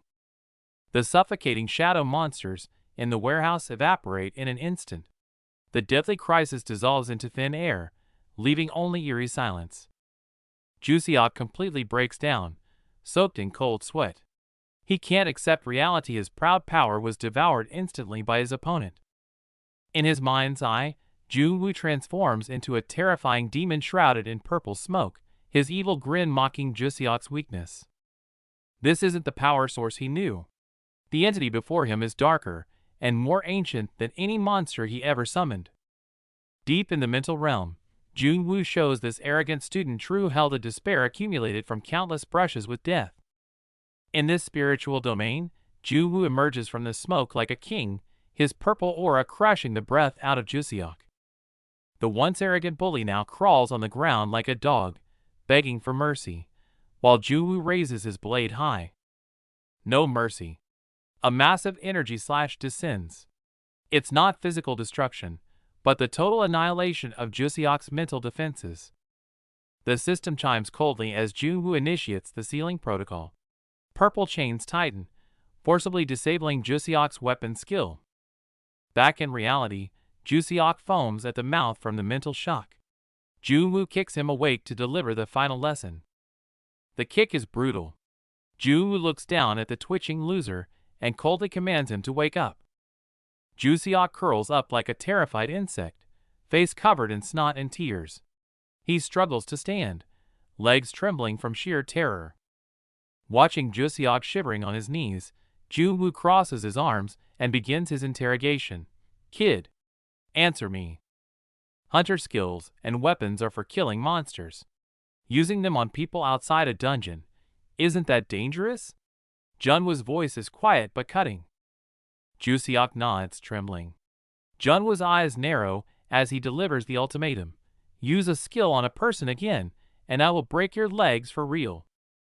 A simple broom floats in the air, now more terrifying to Jusiok than any legendary weapon. Under the pressure, he can only stutter his agreement. Suddenly, the blue-haired honor student Kim Jong-un, who had been watching, blocks the path. He steps up and makes a bizarre request to Junwoo. Junwoo doesn't flinch. Back turned, he coldly taunts the group, daring the fat bully to hit him with everything he's got or risk becoming a laughingstock. The bully shakes with pure rage, fists clenched tight. Junwoo stares him down with icy eyes, impatiently demanding full force to end this quickly. The bully snaps, roaring as he delivers a crushing blow. The impact sends Junwoo crashing down, blood splattering across the floor, causing terrified students to scream and scatter. Junwoo sits amidst the blood, clutching his face. The glasses girl trembles as she helps him, horrified by the brutality, while Junwoo calmly confirms the blood on the floor is his own. A student shouts, demanding everyone go to the faculty office. In the corner, the blonde girl, Goa Hyun, watches the chaos unfold with a cold, calculating gaze. Hyun suddenly takes charge, barking a sharp order for the glasses girl to take Junwoo to the infirmary. Her commanding presence leaves no room for argument. Junwoo stumbles forward, clutching his injury. Hyun questions him from behind, but he grits his teeth, focused only on getting to the infirmary to stop the bleeding. Hyun watches him, conflicted. She decides to handle matters herself, but a burning question lingers as she stares at his back. Who is this guy, really? Junwoo plays the victim, claiming he's just a weak student who got what he deserved. Hyun cuts right through his act, staring him down. Stop pretending. I saw it all. A flashback hits. She was ordered to search behind the gym. That's where she stumbled upon a shocking secret that froze her in her tracks. Peeking through the window, terror gripped her. She witnessed the unthinkable. Someone using a hunter skill outside a dungeon, directly against another human. Pure horror etches across her face. Her pupils dilate in shock, paralyzed by the brutal, illegal violence unfolding before her eyes. Back in the present, Junwoo asks why someone with her talent is in the lowest class. Hyun instantly puts up a wall, coldly telling him to mind his own business. She warns him to forget everything, looking exhausted. Then, with a heavy sigh, she drops her guard slightly and admits, "I was just like you once." Junwoo offers a sincere apology, admitting he judged her based on her status. Ahyun turns away, brushing it off, and urges him to keep moving to the infirmary. Suddenly, Ahyun cries out in desperation, "Help me! I have to get into the student council." Junwoo is stunned, warning that a nobody like him would only be a burden as a guarantor. Ahyun realizes the trap. Being her guarantor guarantees harassment. That's why no one will help an outcast like her. Her expression darkens with despair. Desperate, she asks Junwoo. He refuses instantly, claiming he has enough problems. Ahyun panics and yells after him, "I'm not asking for free. I'll do anything you want." Ahyun begs, desperate. Junwoo cuts her off, annoyed. Bleeding and exhausted, he has no patience for deals, he just needs a doctor. Under the bright blue sky, a deal is struck. When refused, the negotiator drops the ultimate bait, Go Eunchai. The name hits him like a truck. Terrified, he listens as the blonde girl explains her plan to get close to Eunchai via the student council. As she lays out the scheme, the sheer stress is too much, he literally coughs up blood.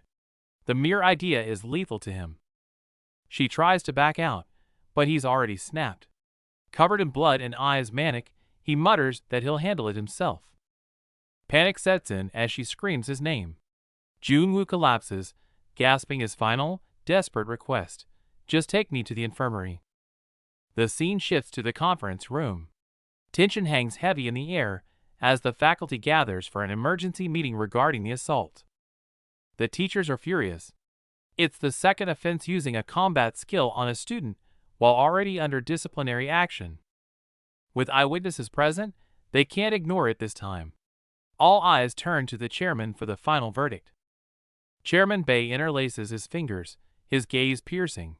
He breaks the silence by calling on the key witness, Ms. Han.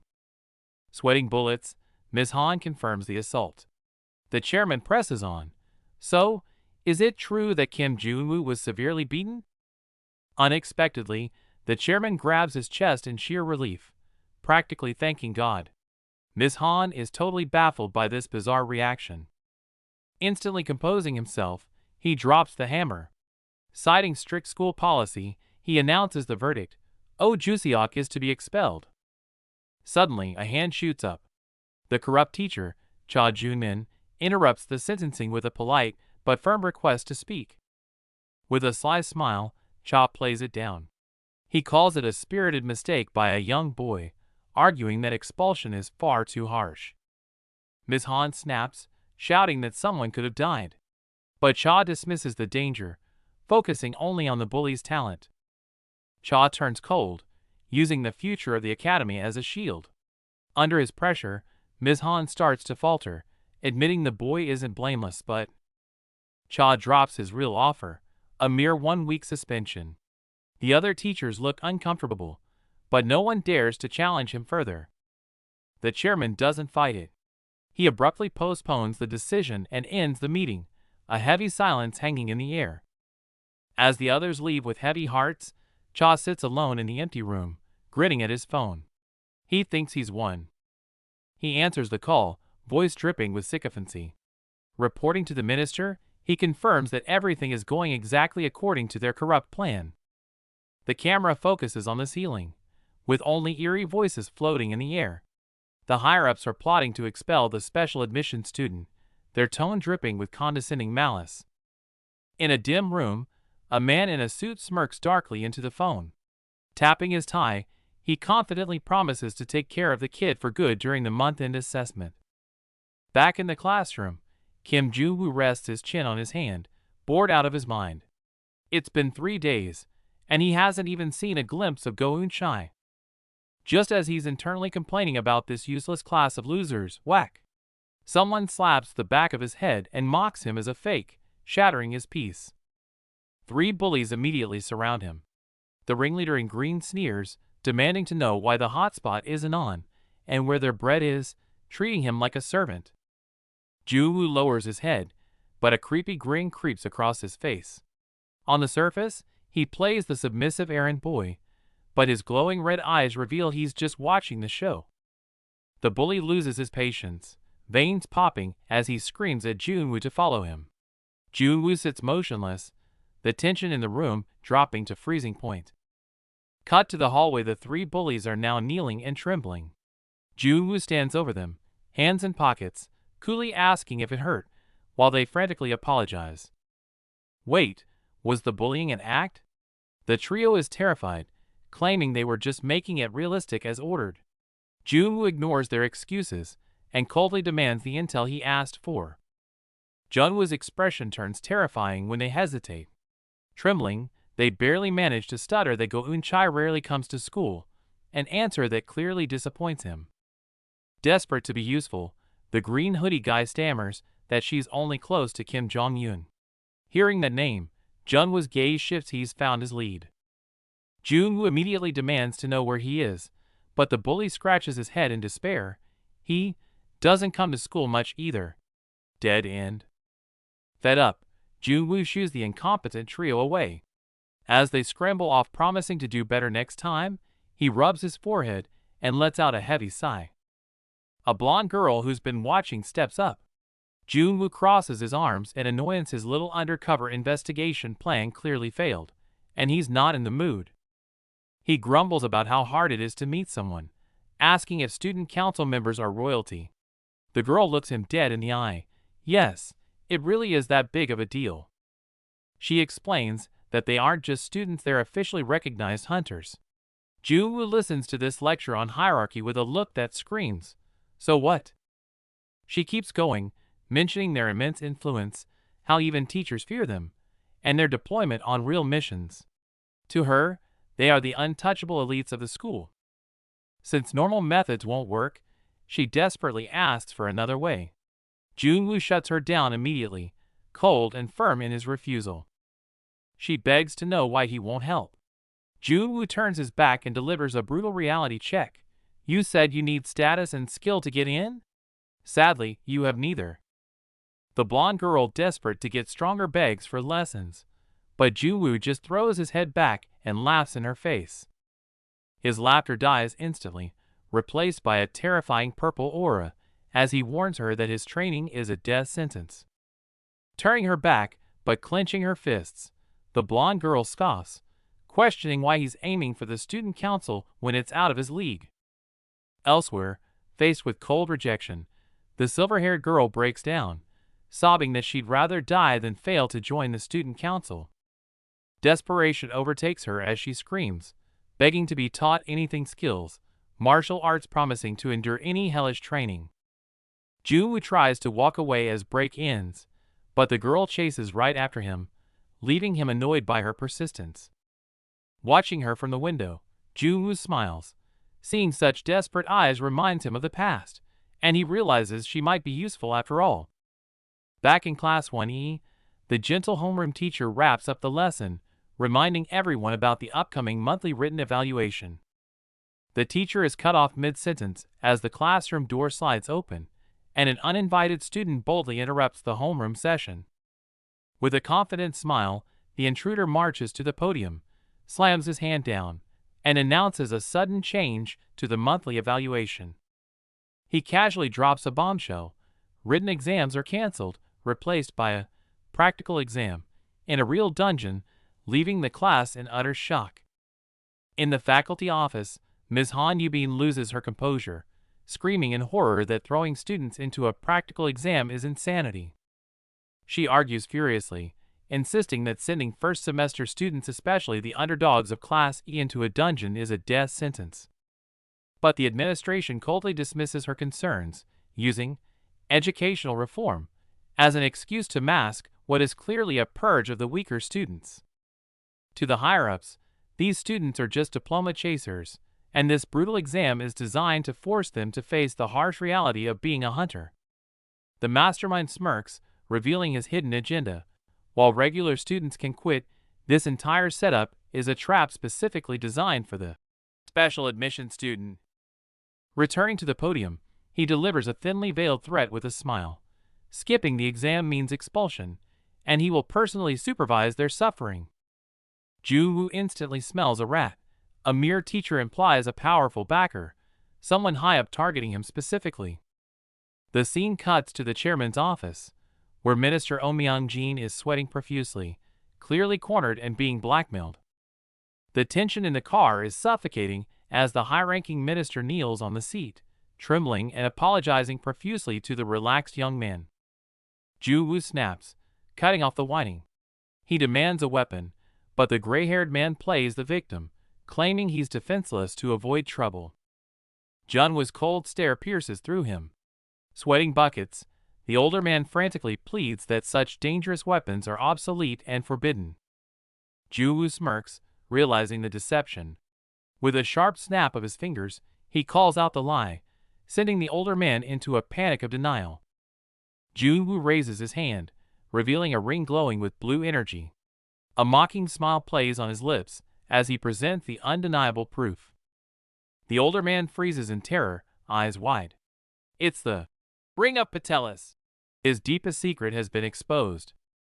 A trembling hand clutches the glowing silver ring tight. The sheer power of the artifact resonates in the silence. The older man stares at the relic in disbelief. Jun-woo casually remarks that he's kept it merely out of habit since the former leader's death. Memories of bloody battles from his youth flood back. But Jun-woo cuts the nostalgia short, demanding he hand over the ring immediately. Jun-woo snatches the ring with a swift motion. He grins, prize in hand, leaving the older official sighing in defeat. The old man warns it's weak, merely earrank. Jun-woo dismisses the concern for a student exam. This is more than enough firepower. Jun-woo heads for the door.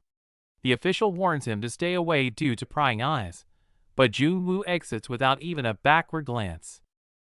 Scene shifts to the school hallway. Teacher Cha stands in the shadows, face grim, plotting his next move. He knocks on the student council door. A sound from within catches him off guard, sparking a look of surprise. The door swings open. The teacher steps in, only to be startled. It's not who he expected, but Kim Jong-un sitting there. Jong-un questions his presence. The teacher scoffs, insulted. I'm a teacher.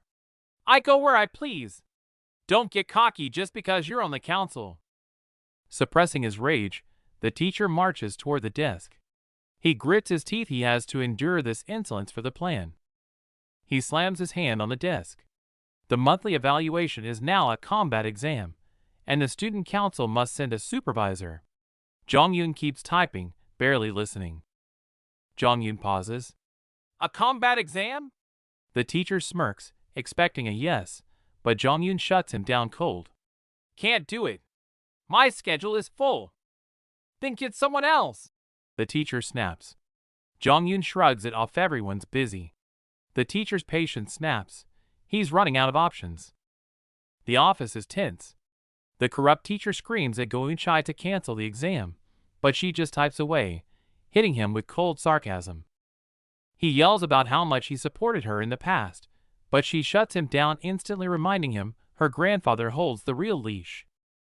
Just as the teacher loses it, Kim Jong-un barges in with a sunny smile, freezing the room and forcing the teacher to swallow his rage. Jong-un casually asks why he's there. The teacher, sweating bullets, lies that Go Eun-chai is too busy to evaluate the exams. Jong-un seizes the chance, flashing a grin and volunteering himself since he's also on the council, trapping the teacher in his own lie. Annoyed but cornered, the teacher orders him to handle the paperwork elsewhere. Jong-un happily complies, knowing he's won. Before leaving, Jong-un checks with Eun-chai. She coolly claims she's dropping out of the task, feigning complete disinterest. Eun-chai shoots him a sharp look, asking why he's suddenly helping a teacher he clearly despises. Jong-un drops the smile, his expression deepening. He admits he's not helping, he's just keeping a close watch on him. His real target is the new special admissions student, the guy who humiliated the school bully on day one. Jong-un recalls his investigation. The new guy isn't just lucky. He's systematically dismantled Oh Jusiot publicly. He leans in with the kicker. Turns out, just like you, He's exempt from the standard evaluation.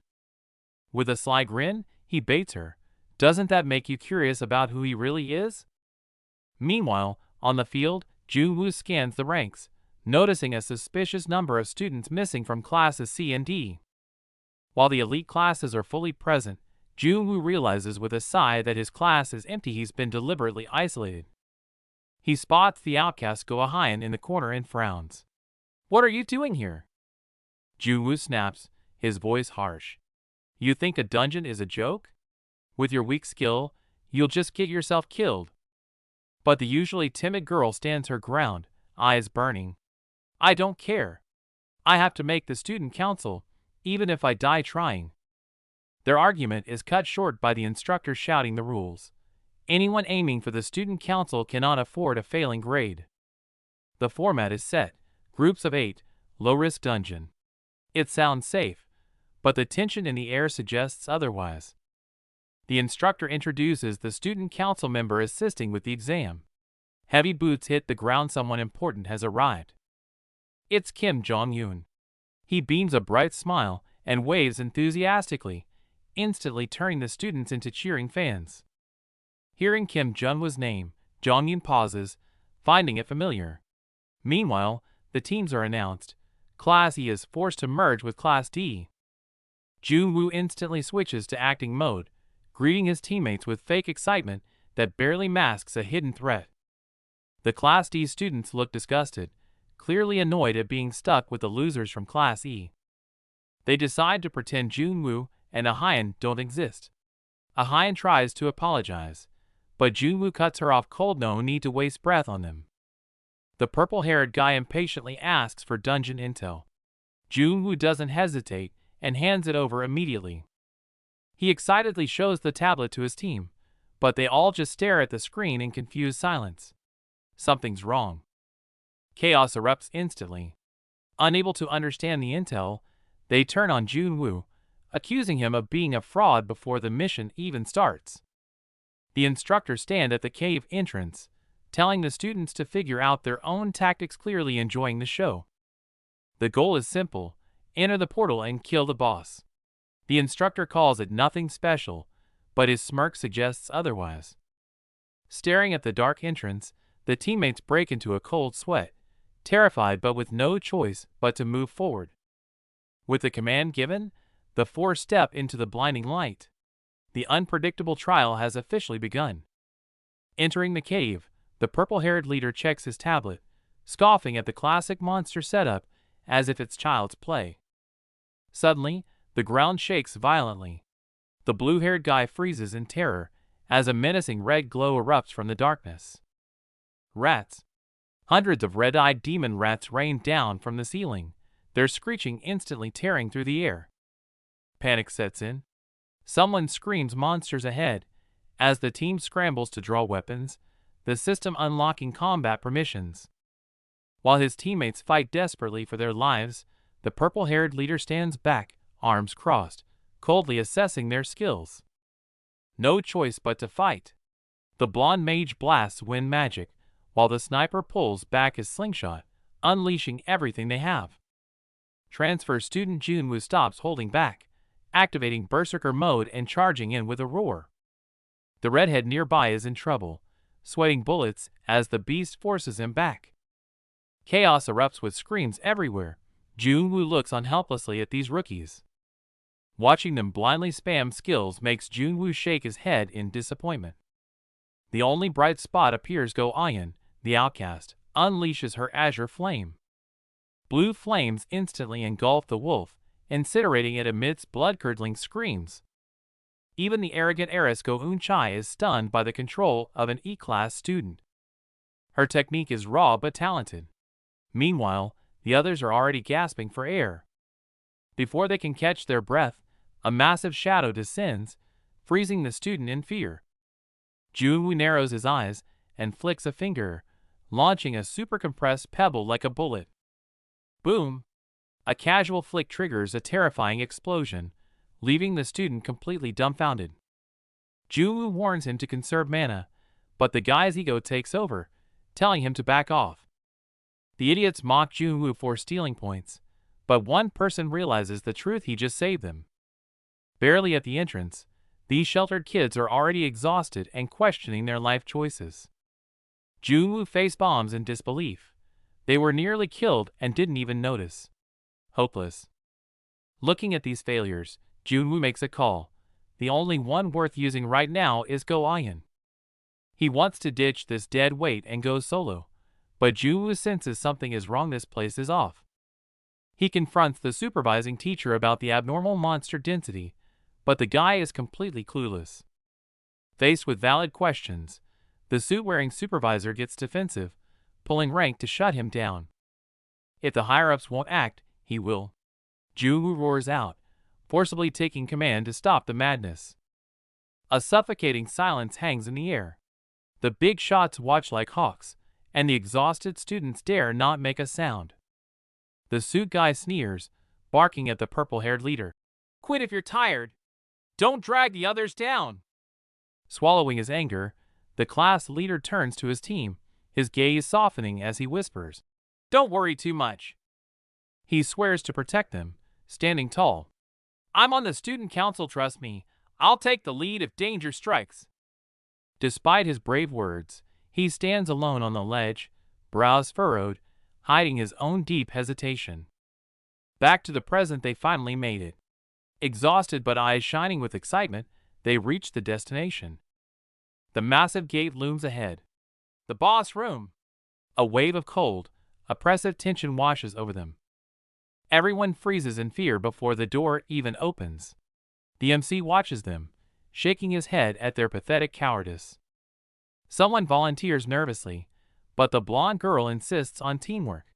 The MC just shrugs, looking bored. The blonde girl snaps, asking if he's mocking their fear. He just smirks and scoffs, not bothering to deny it. With a thunderous rumble, the gates grind open. Blinding blue light spills out, and everyone holds their breath. But as their eyes adjust, shock hits them hard. Their pupils dilate in terror. Something is terribly wrong. The terrifying boss they expected to fight is already lying in a pool of blood, stone dead. Total confusion. This is an active dungeon. How is the boss dead? The tech guy confirms no one else has been here. A student checks the corpse, trembling in terror. He stammers out the MC's name, sensing a horrifying truth. Suddenly, alarms blare. "Dungeon interference!" The command, "Retreat," screams across the screen. Crisis imminent. Panic erupts. Without knowing why, everyone turns and runs for their lives as chaos takes over the squad. The leader screams from the back. "Damn it! It's an intrusion! Run!" 1 second of hesitation means certain death. As they flee, they cast one last terrified look at the massive corpse, the heavy scent of blood choking them. Then, true despair strikes. A terrifying wolf beast tears through the darkness, snarling at a student who collapses in fear. Panic erupts in the corridor. Students scream and scramble. It's a dreaded dungeon interference. One guy is losing his mind, but the class rep tries to stay calm and assess the chaos. The blonde girl stifles a scream while the guy beside her grits his teeth. The worst-case scenario is here. A low growl echoes from the dark. A massive three-tailed feline blocks their path. A green-rank boss. The blue-haired guy stares in horror. A high-level boss in a low-level dungeon? This is an absolute disaster. They scream and scramble for the exit, but the ground shakes as a massive claw smashes down, blocking their path. With a deafening boom, the giant wolf monster bursts from the earth, its terrifying presence bringing everyone to their knees. Just as hope fades, Kim Jong-un steps up to shield the team. Finally, the support system goes online. Facing the beast alone, sweat dripping down his face, he gets the notification. C-rank skill unlocked. It's time to fight. Golden energy surges through him, wrapping his right arm in searing power. He can feel the strength overflowing. Jong-un crosses his arms and erupts with blinding light. Skill activated at full power, crazy porcupine. But internally, he's panicking, secretly pleading with Kim Jong-woo. "Hey! It's a green boss. I can't do this alone." Help me! Meanwhile, a blonde guy yells at Junwoo, clueless. Aren't you a special admit? Why are you just standing there? Do something. Kim Junwoo remains expressionless, his gaze cold. He ignores the shouting, guarding a secret he can't reveal. Flashback to the entrance exam. His power was so immense it broke the scale, triggering a red unmeasurable alert. He tried to convince the teacher to fake the results, but the man was a stickler for rules and refused to budge. The teacher claimed no one would notice, but now it's a huge target on his back. Junwoo regrets being too soft back then. Back to reality. Since he can't blow his cover, Junwoo decides to intervene secretly, supporting Jonghyun through the system. On the battlefield, the vicious wolf lunges but suddenly freezes for a split second, revealing a fatal opening. Jonghyun doesn't ask questions. He sees the chance, lets out a wild laugh, and charges straight in for the kill. The purple beast goes berserk, roaring with bloodlust as it prepares to lunge. Before he can react, the student gets swatted away, screaming in agony as he's sent flying through the air. He digs his fingers into the ground to stop his momentum, eyes glowing as golden energy erupts around him. In a flash, he's standing right on the beast's head. The monster roars in fury, but can't shake him off. The onlookers are stunned, praising Kim Jonghyun's power while mocking the special student for just hopping around uselessly. Resentment boils over. They think Junwoo is freeloading, and one student grits his teeth, furious at the unfairness. Jonghyun launches an aerial attack, but feels confused. Why is this so easy? The unnatural smoothness makes him break into a cold sweat. This should be a tough boss, but it's acting like a punching bag. He realizes someone is serving this victory to him on a silver platter. While sprinting at full speed, a thought strikes him. Could it be that lazy special student behind all this? Meanwhile, another student is cornered. The monster's jaws snap open, and the victim screams in pure terror. Just in time, Junwoo strikes from the shadows, launching an explosive flick to intercept the monster's attack. The monster stumbles back. Jonghyun finally realizes, every time the beast tries to move, that skill cancels its attack instantly. Jonghyun is terrified by the realization. Breaking the monster's balance like that is theoretically impossible. Who the hell is this guy? Putting his doubts aside, he focuses on the hunt. He grits his teeth and accelerates, determined to finish the monster off. He dives from the sky, delivering a crushing kick to the monster's weak point. A massive explosion erupts with his battle cry. Critical hit. One monster's face is crushed, and another is skewered by a blade of light, silenced before it can even scream. The battle ends. Jonghyun stands panting over the corpses, while his teammates stare in awe, unaware of who the real carry was. While his teammates shower him with praise, Jonghyun smiles nervously, thinking, that was way too close to repeating the nightmare from 2 years ago. The shady teacher smirks from the shadows. He thinks he's caught Junwoo slacking off and finally has an excuse to expel him. Suddenly, panic erupts. Wait! It's still alive! A girl screams in terror, desperately warning the special student to get back. Blinded by greed, he reckless charges in to steal the glory, ignoring his teammates' warning. Obsessed with the final kill score, the blue-haired student's eyes glow with premature victory. But he miscalculated. The beast isn't dead. It roars back to life right in his face, freezing him in terror. Watching the disaster unfold, his teammate screams in frustration, "You idiot!" The price of arrogance is instant. The massive beast crashes down, crushing the student's defense in a split second. Blood sprays into the air. Screams of agony replace their confidence as reality bites hard. Witnessing the massacre, pure terror takes over. His face twists in horror, throat tearing with a desperate scream. Even the elite senior is down? The girl screams for everyone to run, panic descending as hope collapses. Go-Ahyun stands paralyzed. If the strongest student was wiped out instantly, what can she possibly do? Suddenly, the bloodthirsty beast turns its gaze, locking eyes with the trembling girl. Stay calm. Ahyun forces herself to breathe, remembering the beast's fierce fire, desperate to fight back. But her courage shatters instantly. Crushed by overwhelming fear, she gasps for air, unable to move a muscle. Her hands won't stop shaking. Frozen in despair, she watches helplessly as the fatal attack hurtles toward her. Just then, a figure steps through the smoke. No fancy moves, just a single, explosive finger flick. Boom! With just that flick, the massive beast is blasted backward by sheer, unreasonable force. Ahian stares blankly, mind unable to process the sight. Is that kind of power even human? It's him. The quiet transfer student, Kim Jun-woo, standing there with a terrifyingly calm aura.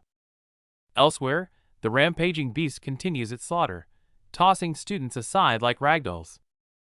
But amidst the chaos, Ahian can only look up.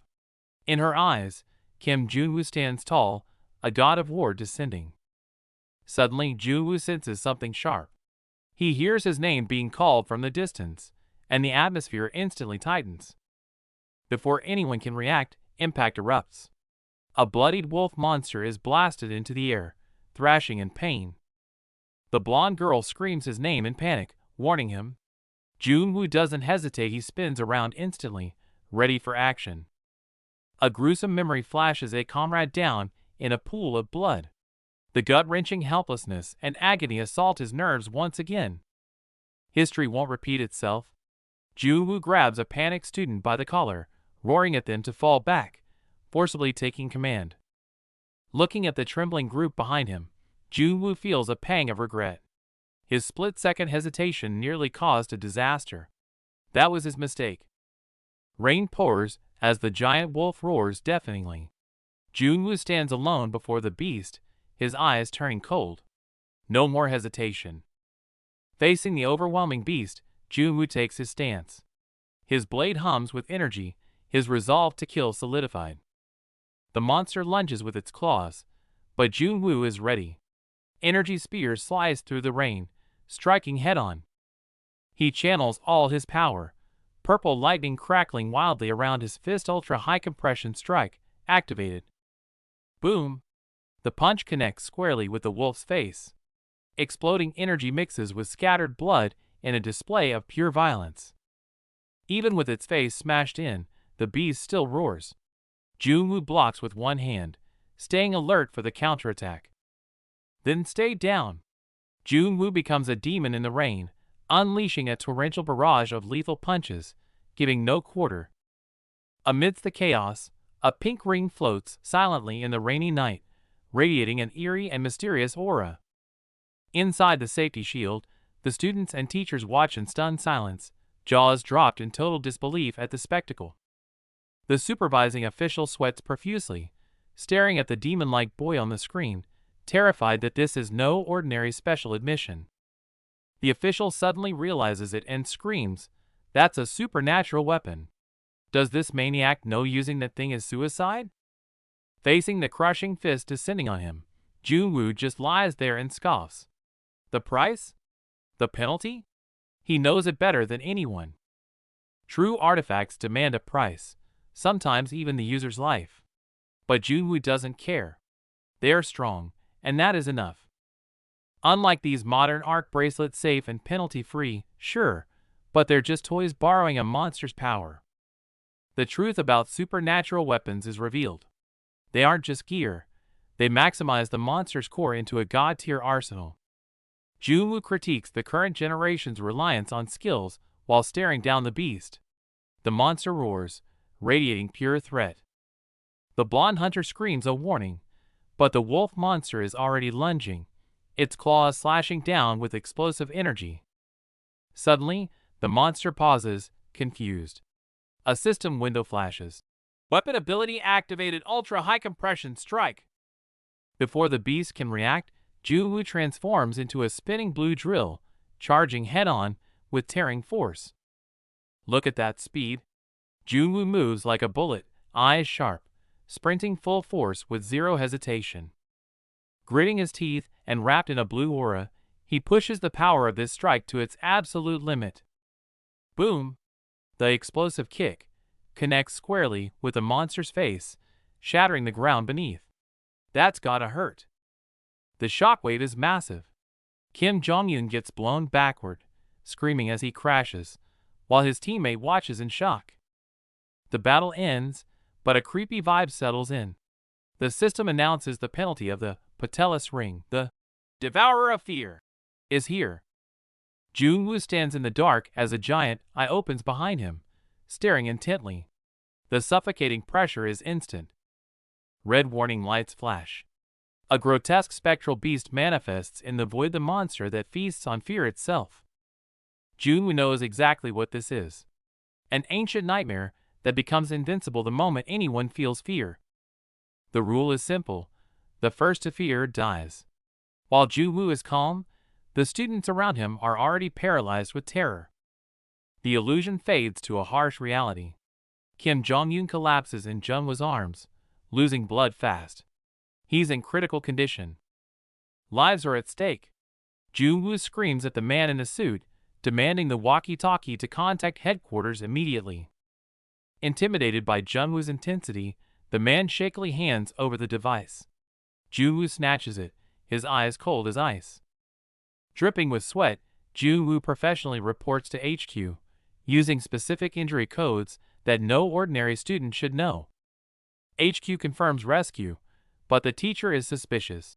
How does an E-class special admission know these internal codes and protocols? Jung-woo snaps. Someone is dying, and they care about ID. He unleashes a thunderous roar at the bureaucratic incompetence blocking his way. The rage boils over. Jung-woo grinds his teeth and unleashes a vicious punch, sending the suit-wearing supervisor flying. A long-awaited release. Before the man can recover, Jung-woo roars, questioning his competence. When the teacher tries to pull rank, Jung-woo's lethal glare shuts him down instantly. Jung-woo looks like a demon unleashed. His overwhelming pressure breaks the teacher's spirit, leaving the man trembling in silence, too terrified to speak. Reinforcements finally arrive at the forest entrance. Staff members stare in shock at the devastation, stunned by the brutality of the scene. Chairman Bei rushes in, checking on his old friend with genuine concern. But Jung-woo remains silent, struggling to contain the lingering rage. Bei sighs. Jung-woo's cover is blown. But Jung-woo ignores the politics, furious that the teachers knowingly sent unprepared students to their deaths. Unable to accept the absurdity, Jung-woo spins around, eyes piercing with rage. Do you really think this makes sense? He demands. He delivers a cold ultimatum to his old friend. Next time, I won't just stand by. Bei freezes, terrified by the return of that legendary pressure. His eyes burn with ancient violence. Don't make me go back to my active days, he warns, threatening to unleash the monster he once was. Chairman Bei drops the nice guy act. He glares at Teacher Cha, demanding an explanation for forcefully changing the exam rules. Cha keeps spitting lies about educational equality, desperately trying to deflect blame. Bei listens with disgust, seeing right through the pathetic excuses. Bei explodes.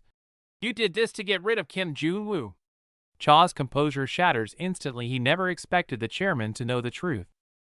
Panic sets in, but Cha desperately clings to bureaucracy, claiming he followed protocol. Bei stares him down, barely holding back his rage. Enough! Bei smashes his fist onto the desk. The problem isn't the protocol, it's your reckless decision to force a live combat test. Bei argues that normal students would fail, but Cha finds a loophole. With a smirk, he counters, but Jung-woo got the top score, didn't he? Bei sits back, fuming, as Cha skillfully shifts the blame. He frames the entire disaster as a natural occurrence, washing his hands of responsibility. Cha plays his trump card with a twisted grin. Besides, he sneers, didn't you approve this test yourself, Chairman? Checkmate. Bei falls silent, struggling with the realization that he's cornered. He closes his eyes and forces out. Understood. File the report. Cha bows respectfully, but as he turns away, his face twists into a sinister sneer. He's won this round, and he's not done yet. The black-haired man glares, dropping the truth. He doesn't fear Minister O, but the name that truly terrifies him is Kim Jun-woo. Sitting in the shadows, Minister O clasps his hands and admits, the Kim Jun-woo from 40 years ago is his living nightmare. Bae Wushik looks confused, but the minister is past explaining. He despairingly admits that if history repeats itself, he'll be powerless. Hearing this, Bae Wushik breaks into a cold sweat, feeling an unprecedented, suffocating pressure standing before the closed door. Alone in the empty hallway, he stands frozen, weighed down by the heavy silence before the storm. Meanwhile, Teacher Cha wipes his sweat while reporting to his superior. He claims it's handled internally, but he's clearly shaken. The mysterious figure on the phone speaks coldly, noting Kim Jong-un's minor injuries and digging up dirt on his corrupt father. Teacher Cha gets increasingly agitated, scolding the person on the other end for the special admission student's poor performance. He questions bluntly, does that student actually have any skill? Was giving away that special admission slot a mistake?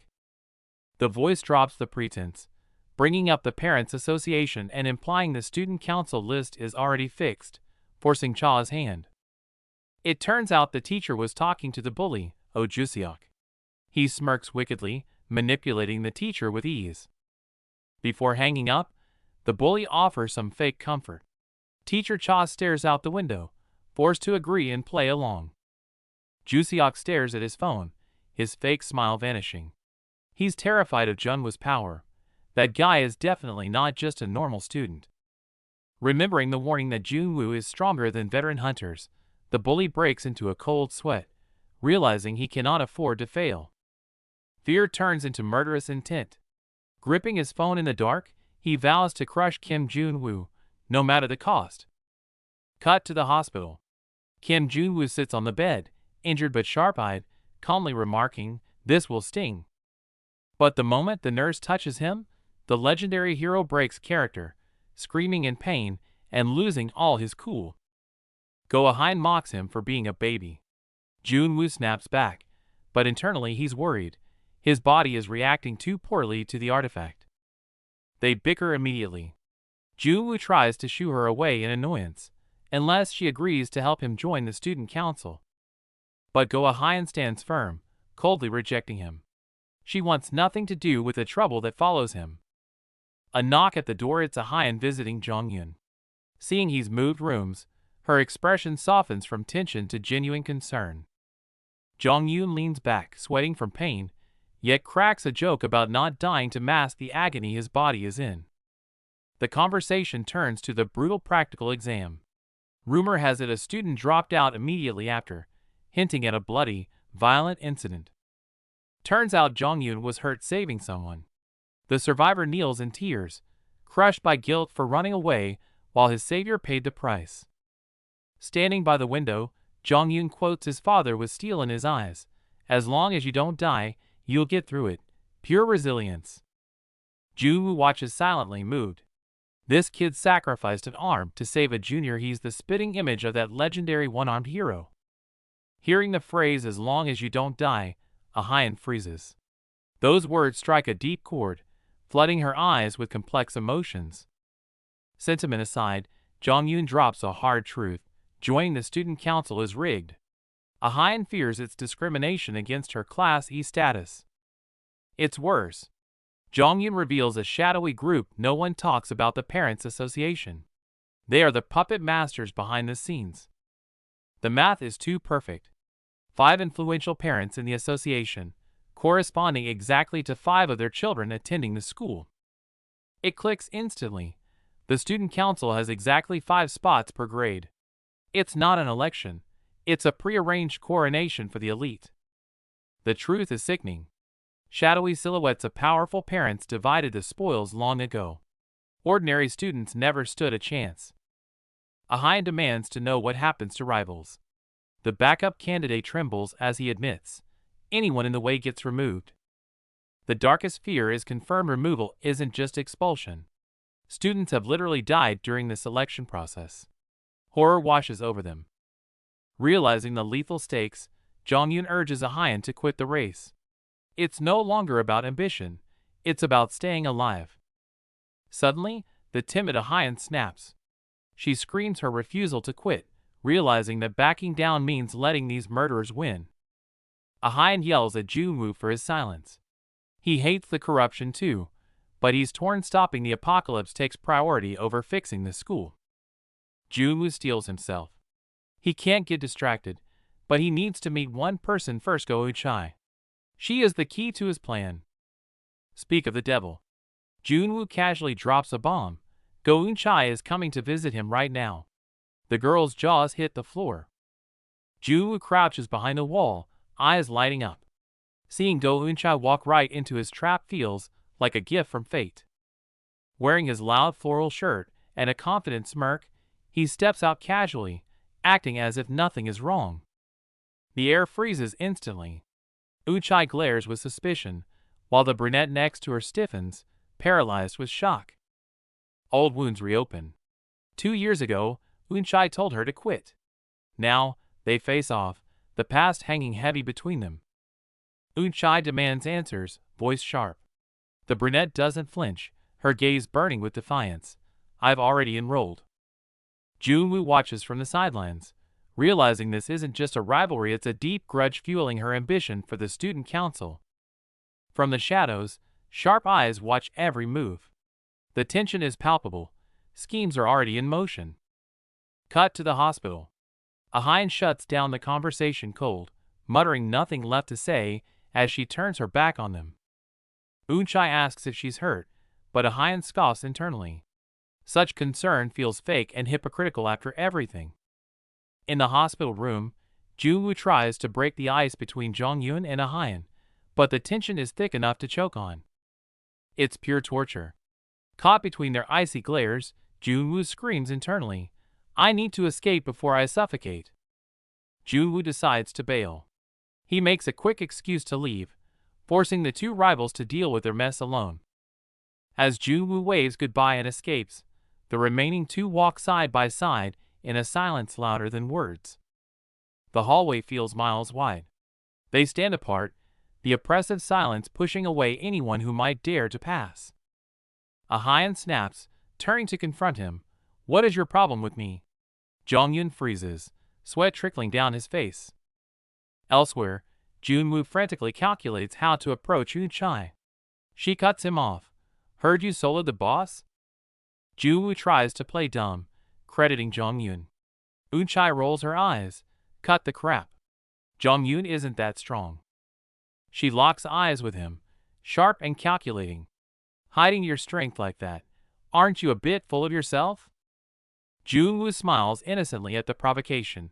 Just want to be friends. Eun-chae stays ice cold. You want a seat on the council? Accused of climbing the social ladder, Junwoo drops the smile instantly. His gaze turns razor sharp. I couldn't care less about that. Eun-chae glares daggers, warning the guy to keep Go Ahian out of his schemes, no matter what he's planning to get on the council. The guy scoffs, dropping a bombshell.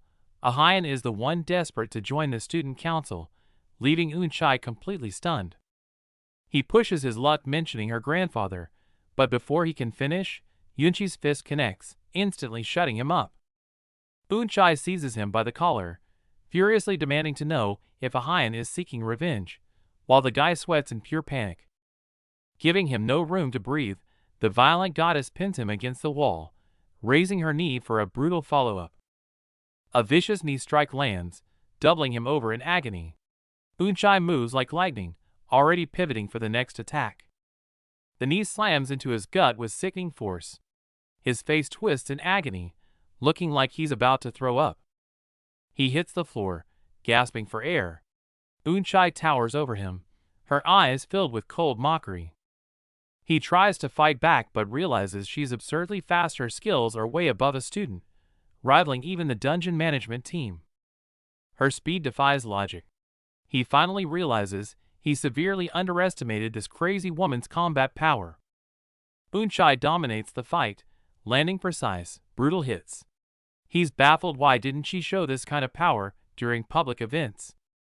Before he can react, she rushes him with overwhelming pressure, leaving him terrified and defenseless. With his arm twisted behind his back, he screams this is against the rules, only to be met with Yunchi's cold indifference. When he questions the rules, Eunchai sarcastically praises his adaptability, then shifts the topic to his clumsy performance in the last subjugation. She tears away the facade. Here, subjugation isn't about winning, it's a performance designed solely to entertain the crowd. Hearing this, he grits his teeth, eyes wide with shock and rage. The twisted reality of their world makes him sick. Back in the hospital, Eunchai reveals her true motive. She wants to use his family connections to snag some weapons from Support HQ. He rejects her immediately, looking at her like she's insane. That's impossible, he shoots back without hesitation. He desperately explains that his stubborn grandfather won't listen to anything, while the tension scares off a nearby nurse. He starts to lose it, shouting in frustration, but Eunchai instantly pins him down, sternly warning him not to cause a scene. A sharp slap echoes. Eunchai walks away without looking back, leaving only a cold "see you again." She draws the line she never wants to see him again. He watches her leave, knowing it won't be that simple. The label Go Sukta's granddaughter hangs in the air. The very reason he approached her is now the wall between them. Back at the ward, a hand rests on the door handle. A deep breath before facing the music. The air in the room is heavy. The visitor delivers the bad news. Eunchai didn't take the bait. At the mention of Go Suktu, the patient breaks into a cold sweat. It's not family love, it's pure terror. They hit a dead end. Eunchai never asks the old man for anything. Their plan has collapsed. The old man's aura is inhuman. He hesitates, too terrified to even speak his name aloud in this room. The visitor mocks his naivety with a sneer. But then, a shift in tone, a darker, more ruthless bait is offered. What if Go Ian drops out? The words hit like a bomb. This is the ruthless leverage they needed. Eunchai hates her sister.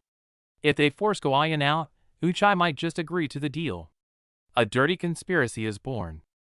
Shoo! Silence cuts in instantly. Footsteps outside. Someone is listening. Cut to the campus grounds. Kim Jong-un sits alone on a bench, drink in hand, weighed down by solitude. The toxic plan echoes in his mind. He's desperate for the student council seat, standing on the edge of a moral cliff.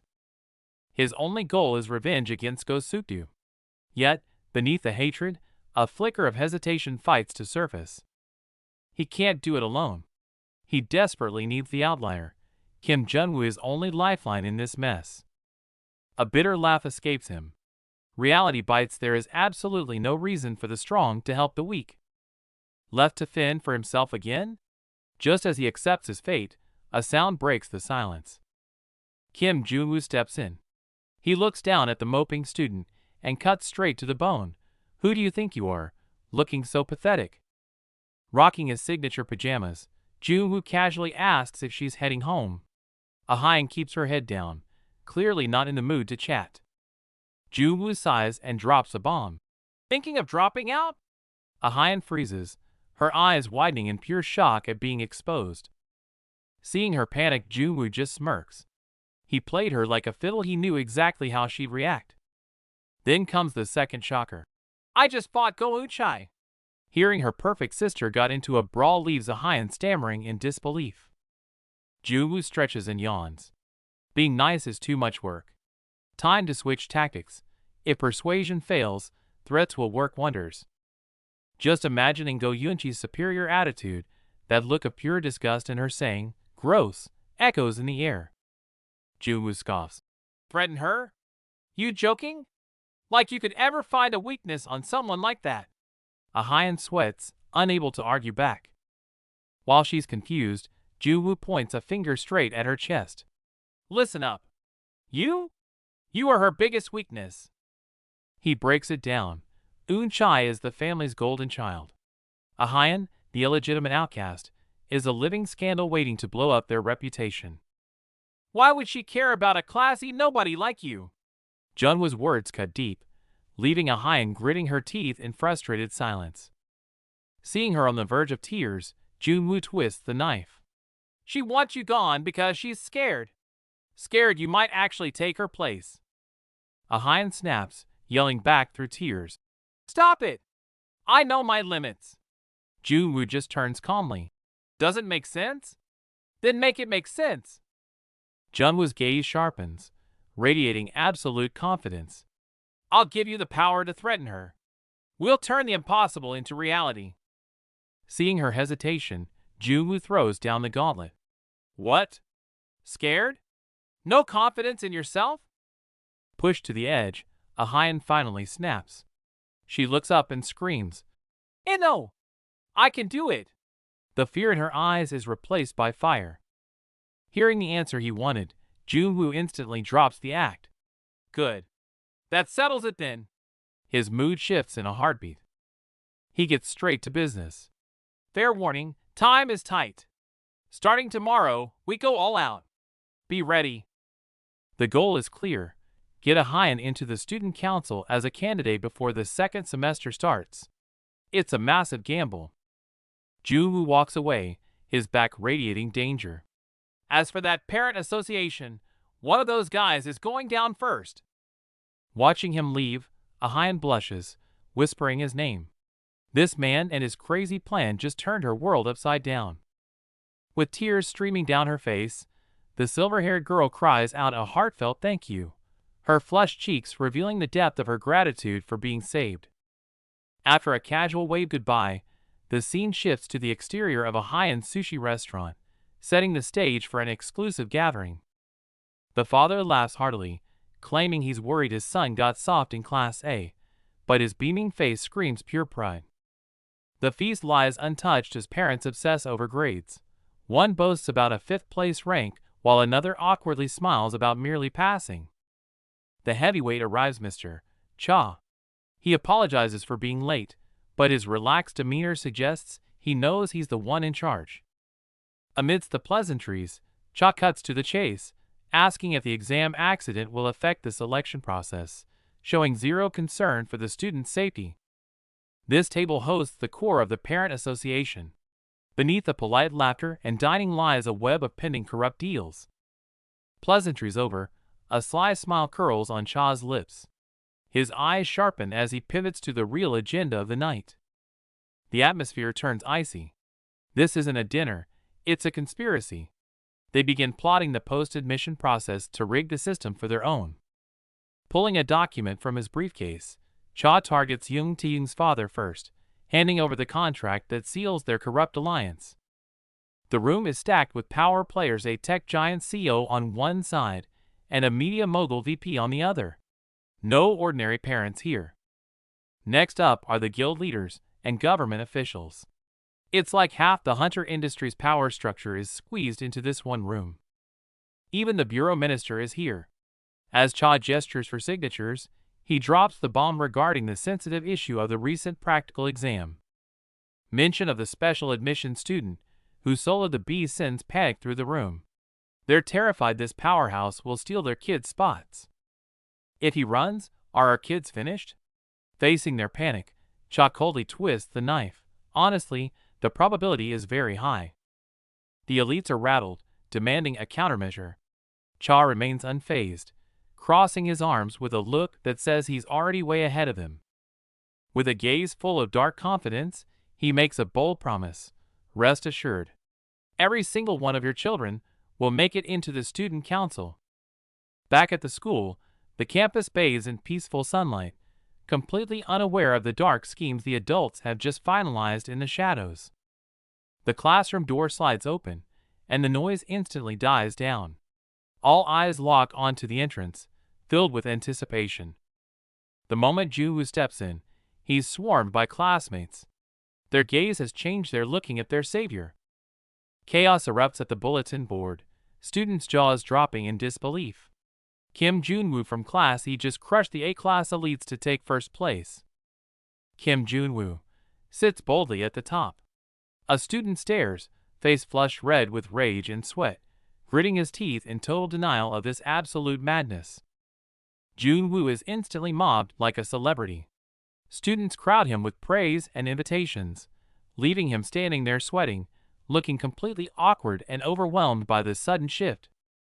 Sick of the hypocrisy, Junwoo's eyes turn ice cold. He snaps at the crowd, telling them to stop pretending they're friends and to get the hell out of his face. The outburst leaves the hallway in stunned silence. Meanwhile, Go Eun-chai sits at her desk looking bored, until the sound of heavy footsteps approaches her position. It's Jun-woo. He seems relieved that the results weren't rigged, muttering that at least the biased teacher didn't manipulate the scores this time. He switches instantly to demon instructor mode.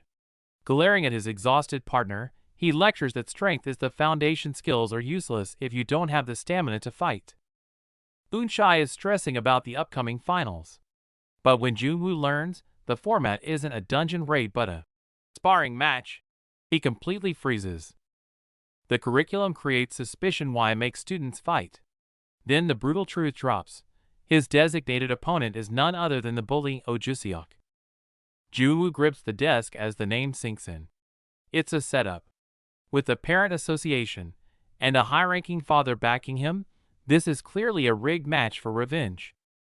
He pictures the smug face and the conspiracy behind it. That snake-like teacher and the parent association definitely orchestrated this exam as a trap to punish him. But there's an opening. Eun-chai analyzes coldly. Oh Juseok has penalties and missed exams. If he screws up this fight, he'll be disqualified from the student council selection. Just crush him to move forward. Eun-chai glares sharply. When Jun-woo meekly says he'll try, she immediately mocks him with a condescending sneer. Try. Cornered, Jun-woo swears he'll do it. Eun-chai immediately takes charge, scheduling martial arts training and casually telling him to bring some friends along to help. She freezes mid-sentence. Her face flushes bright red as she looks away and stammers out the awkward truth. I actually don't have any friends. Jun-woo gasps, but Eun-chai snaps back in embarrassment. Don't look at me like that. You don't have friends either. Jun-woo opens his mouth to argue, but suddenly chokes on his words. Realizing his only friend is a middle-aged man, he breaks into a cold sweat. Desperate to save face, he just screams out a vague promise.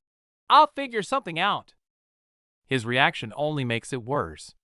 Seeing him hesitate and look guilty, Eun-chai presses him with wide eyes, demanding to know exactly what he's hiding. No, really, it's nothing. Jun-woo crosses his arms, stubbornly denying it. Outside the window, Senior Jong-yun watches the awkward scene unfold in silence. Cut to the hospital. Jong-yun sits in bed, bored out of his mind and actually missing the juniors. Looks like the no friends problem might have a solution after all. Jong-yun sits alone on the hospital bed, gazing out the window. The silence of the room amplifies the emptiness he feels, missing the days when his life was full of noise and purpose. The door bursts open. His father, the disgraced former detective, storms in shouting, startling Jong-yun out of his gloomy thoughts.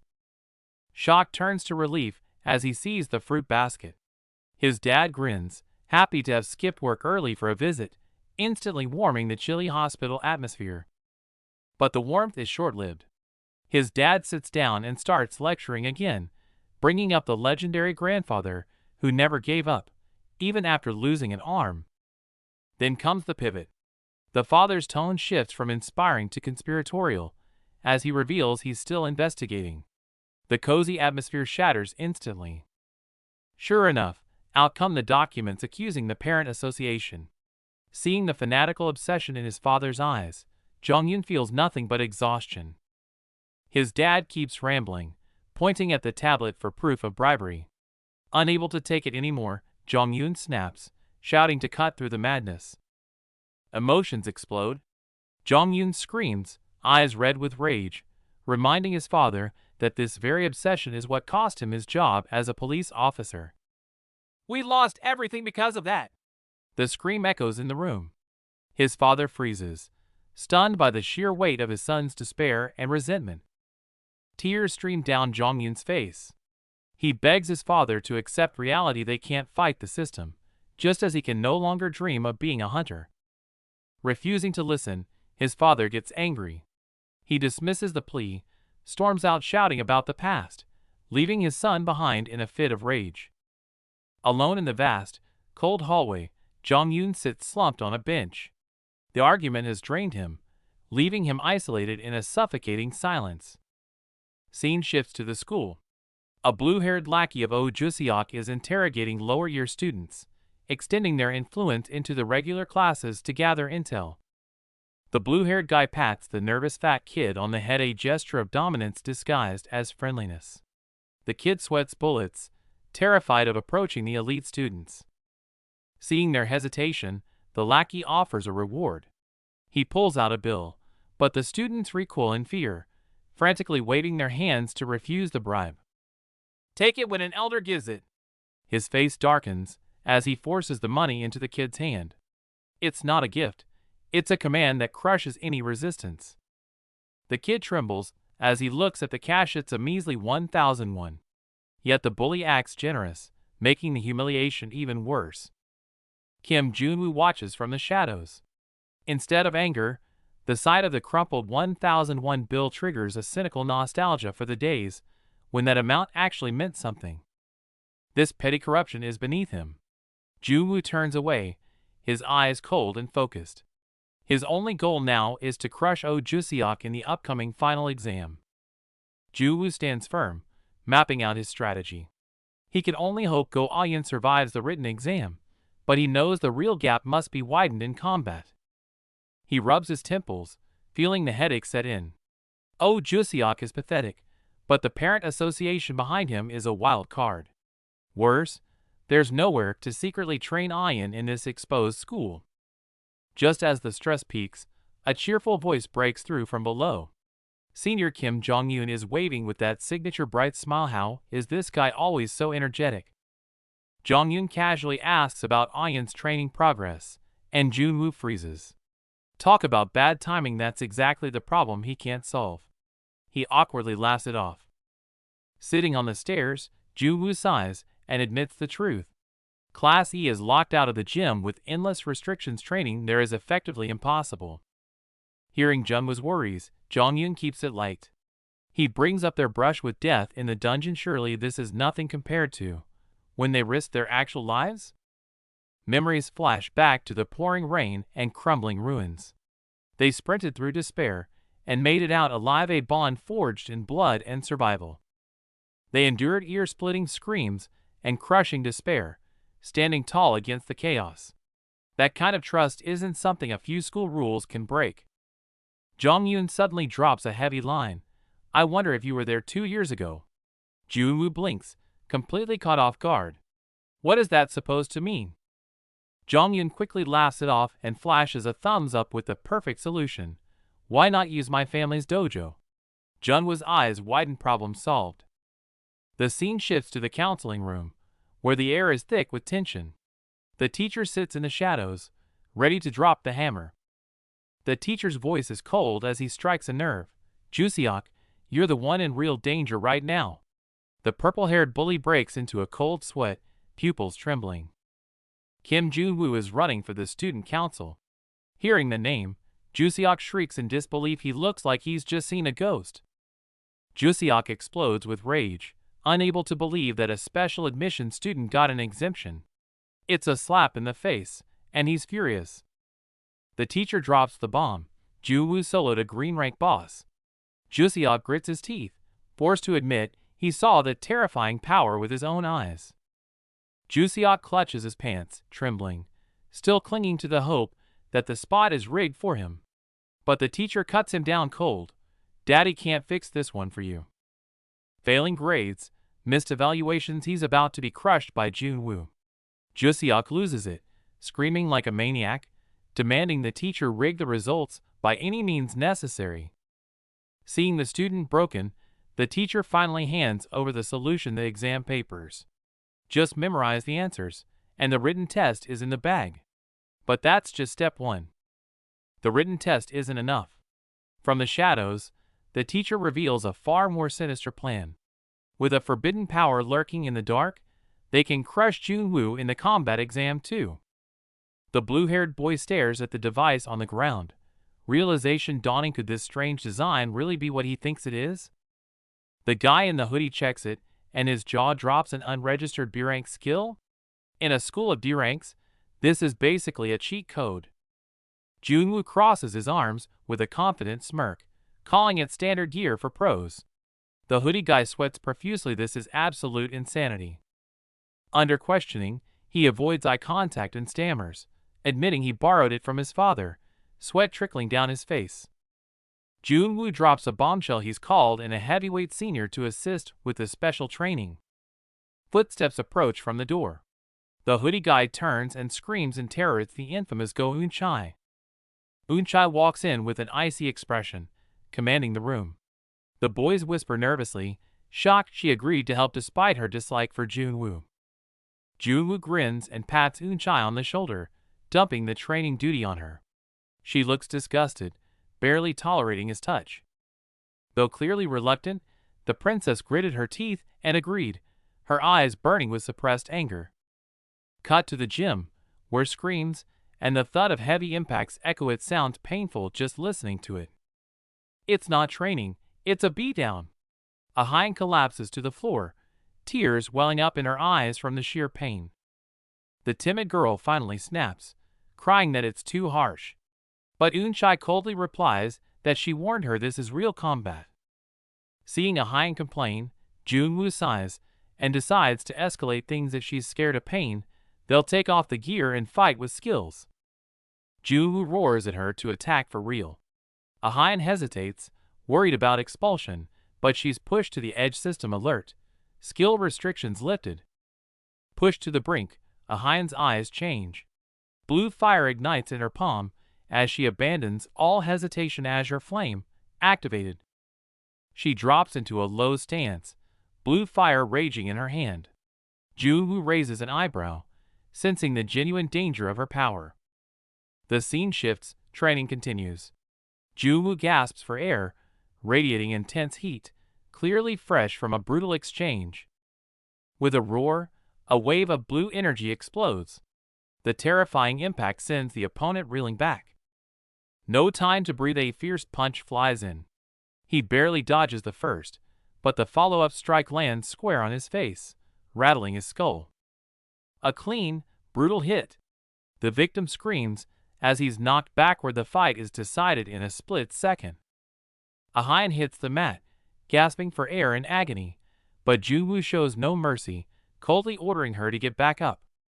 Pushed to her limit, her eyes sharpen as the azure flame ignites around her, radiating a newfound intensity. She launches herself like a cannonball, a blazing kick tearing through the air straight toward Junwoo's face. Even with such ferocity, Junwoo dodges effortlessly, mocking her technique right in the middle of close combat.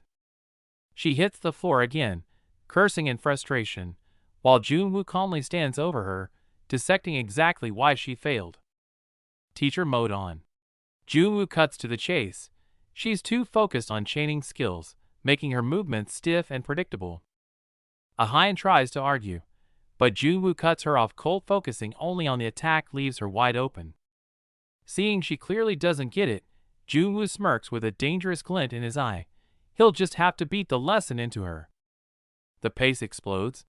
Junwoo's attacks rain down, forcing Ahyun into a desperate defense, using every limb to survive. He smiles like a predator toying with prey, while Ahyun, drenched in sweat, grits her teeth and hunts for an opening. The moment Junwoo strikes, Ahyun seizes the opening and lands a vicious high kick, connecting with solid impact. Caught off guard, Junwoo's instincts take over faster than thought, automatically firing a high-level striking palm. Unable to dodge, Ahyun takes the full force of the blow, her face twisting in shock and pain. The impact is brutal. She sees stars, her head ringing as she stumbles backward, completely dazed. It was too much. She collapses on the mat, staring blankly, trying to process what just happened. Lying on the floor, she curses in defeat. Junwoo steps back, hammering home the point. This is why basics matter. She demands to know if he tried to kill her, while Junwoo sweats nervously. That strike was pure instinct, completely uncontrolled. Terrified by his skill, she questions who he really is. Junwoo, feeling the heat, plays dumb and deflects. She starts guessing he's some secret agent, So Junwoo shuts down the nonsense and orders her to rest, ending the interrogation. The scene shifts to the fencing gym, much more relaxed. The brown-haired guy pushes the door open, smiling and greeting the team. Looks like they're early. The blonde guy is sprawled on the floor, complaining about the dust. The brown-haired guy sits on the mat, reminiscing about watching his dad train here, mostly getting beaten up. Leaning against the railing, Jong-yoon suddenly asks about future plans. The brown-haired guy is taken aback but smiles, saying he's taking his time to figure it out. The brown-haired guy's eyes dim as he admits he only ever wanted to be a hunter, but that dream seems impossible now. Jong-yoon listens in heavy silence. "Who said it's impossible?" Jong-yoon speaks up, eyes intense, insisting that even with one arm, being a hunter is still within reach. The brown-haired guy thinks it's just empty comfort. But Jong-yoon snaps, shouting that he's not speaking lightly, he's speaking from experience. Jong-yoon takes a breath and tells a story.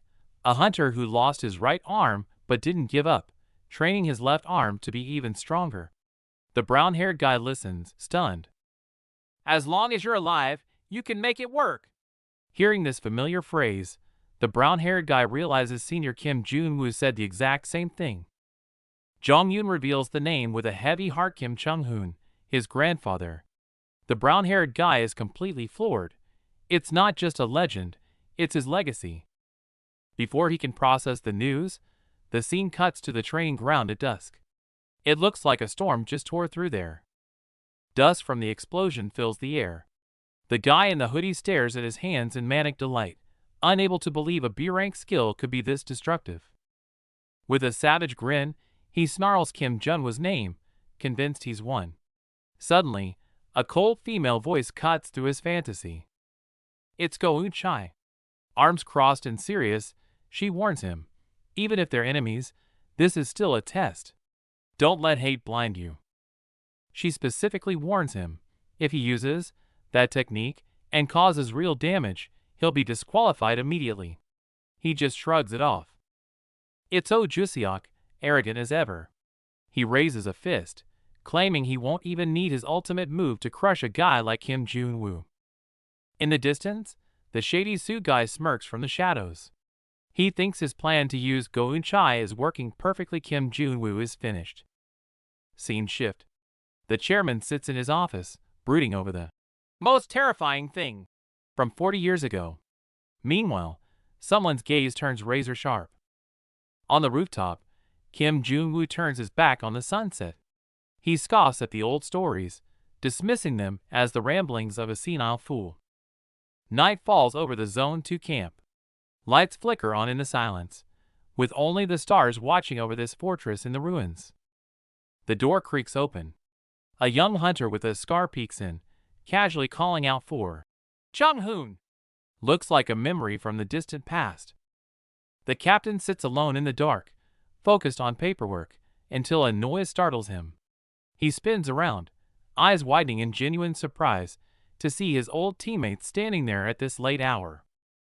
It's Chung-hoon and Woo-shik, grinning from ear to ear. Claiming work is slow, they brought drinks to surprise him. The captain's serious face instantly melts into a laugh as he waves them in. Chung-hoon cracks open a rare blue bottle he scavenged, and the room goes quiet. His teammates' jaw drops. This isn't just booze. It's a luxury they haven't seen in ages. Chung-hoon beams, clutching the bottle like a trophy. He casually asks about the rest of the squad, his laid-back charm showing exactly why he's so popular among the troops. Hearing the others are stuck in a meeting, the trio makes a quick, selfish decision. With a mischievous grin, Chung-hoon suggests they don't wait after all. This bottle won't last long anyway. Rank doesn't matter tonight, just brotherhood. As the amber liquid fills the cups, they settle into the comfort of old friends, trading stories and forgetting the war outside for a moment. Chung-hoon roars with laughter, raising his glass high. He shouts about how he can still live the hunter life despite his injuries, his optimism shining brighter than the dim room. The mood snaps. Flashback to 8 months ago. Chung-hoon lies broken in a hospital bed, wrapped in bandages. Instead of complaining, he looks at his captain with shame, apologizing for getting hurt. The captain stares at the broken young man, heart heavy with regret. He mourns the loss of such a talent, while Chung-hoon struggles to speak, the air thick with unspoken grief. Suddenly, the injured man drops a bombshell. He asks the captain to teach him left-handed swordsmanship. The captain freezes in shock. Chung-hoon isn't giving up. He's adapting. Even bound to the bed, Chung-hoon clenches his fist with a fierce grin. As long as I'm alive, I'll make it work, he vows. His sheer willpower is enough to give anyone chills. The recovery is brutal. Push-ups until his muscles scream, swinging a sword with his offhand until it bleeds. He pushes through the agony, defying every expectation to master a new way of fighting. He didn't just recover, he evolved. No longer relying on brute strength, he became a tactical genius, striking monster weaknesses with surgical precision. The one-armed swordsman stands taller than ever. Chung-hoon stands confident and composed, a perfect swordsman in every sense.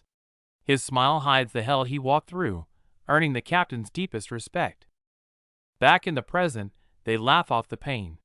Chung-hoon jokes that he almost quit during training, and the captain immediately calls him out, reminding him whose idea it was in the first place. Chung-hoon brings up his old training sword, the guillotine. To anyone else, it's junk, but to him, it's a symbol of rebirth.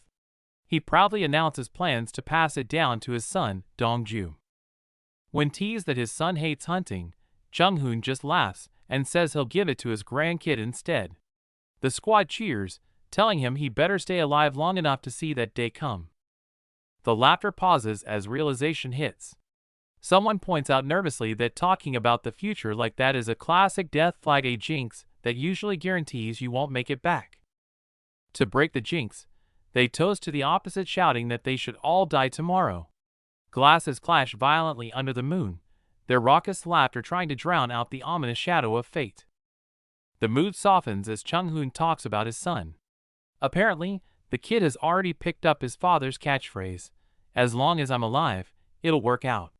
It's a heartwarming, funny echo of the man sitting right there. That was the last gathering. They listened to him brag about his kid, unaware it was their final drink together. Back to reality. The sun shines on the gym, but Jungwoo's mind is still stuck in that memory. Kim Jong-un pulls out an old photo, introducing the figures as his father and grandfather. Junwoo freezes. The legendary, stern swordsman looks like a complete fool in front of his child.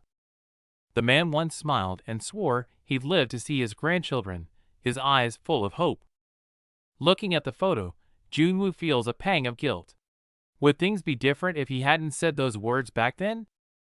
When asked about his grandfather's death, Jong-un quietly claims it was an accident during the crisis. Seeing Junwoo's silence, Jong-un laughs awkwardly, surprised an outsider knows so much about his grandfather. Fingertips graze the frame. Even after losing an arm, he was the strongest. Now, only this photo remains. Jong-un laughs, saying his dad would love Junwoo. Junwoo realizes that little rascal is now a father himself. The mood shifts at the mention of his father. A stubborn cop who lost his job refusing to drop a case. Pressed for details, Jong-un hesitates. The case runs deep, and he struggles with whether to speak. Finally, he speaks. It involves a murder case during the student council election 2 years ago. Just like recent events, 2 students vanished into thin air in the rain, leaving no trace. His father tried to investigate, but the case was buried, and he was forcefully fired. Ironically, because his rivals vanished, Jong-un inherited the council seat by default. He was ostracized in the council, only Eun-chae treated him kindly. The elites didn't even take the entrance exam. He often wonders if he could have stopped the tragedy had he reached out just a little sooner. That guilt drove him to risk everything to save others this time. He couldn't watch someone die again. He laughs loudly to mask the pain. Junwoo watches silently, a look of recognition in his eyes. Junwoo's eyes widen in sheer shock. He stammers, barely processing what he's seeing. "This is, huh? Oh, that." Kim Jong-un grips the guillotine's blade with solemn reverence. It's the only memento his father kept, intended to be passed down through generations. He asks to borrow the blade. Turning his back, his grip tightens as he murmurs, "You said my grandfather's story sounded far-fetched, right?" Turning back, the doubt in his eyes is replaced by steel resolve. "It's not an exaggeration." He invites Junwoo to the sparring exam. He's ready to prove it. The final exam week begins. For days of hell start now, kicking off with the dreaded written tests. Silence fills the room, broken only by the scratching of pencils. Tension hangs heavy as everyone focuses intensely on their papers. The blue-haired delinquent enters full panic mode. Staring at the gibberish on the page, he realizes he hasn't attended a single class. His brain melts. Junwoo is also struggling. Slaying monsters is easy, math is not. But he notices Oh Juseok looking strangely focused. That scumbag definitely memorized the answers beforehand. Meanwhile, the outcast Go Ayan is breezing through the test. This sight makes the blonde heiress, Go Eunchai, grit her teeth, her eyes burning with intense jealousy. This guy is sweating bullets, glancing at the top student next to him. "She's always ranked first," he prays, betting his entire grade on her answers. Finally, the dark-haired girl stands up to hand in her paper. Facing the stern proctor, she meets his gaze with cool, unwavering confidence. The balding teacher snaps, his glasses glinting dangerously. "Don't look away." The student freezes, terrified, and meekly submits to the pressure. The written torture is over. It's day 4. The campus speakers crackle to life. The main event is about to begin. "The first-year sparring test will begin shortly." As the summons to the auditorium echoes, the atmosphere in the classroom instantly shifts from calm to electric. The blonde girl clenches her fist in excitement. She's been waiting for this. The guy beside her stays cool, simply saying, "Let's go!" The crowd outside is massive. The blonde girl shouts for Kim Junwoo, but he just frowns, clearly annoyed by the noise and the unwanted attention. Stepping inside, everyone is stunned. This isn't just an exam, it's a coliseum. A tsunami of cheers erupts, shaking the very ground they stand on. The stands are packed, students screaming their lungs out.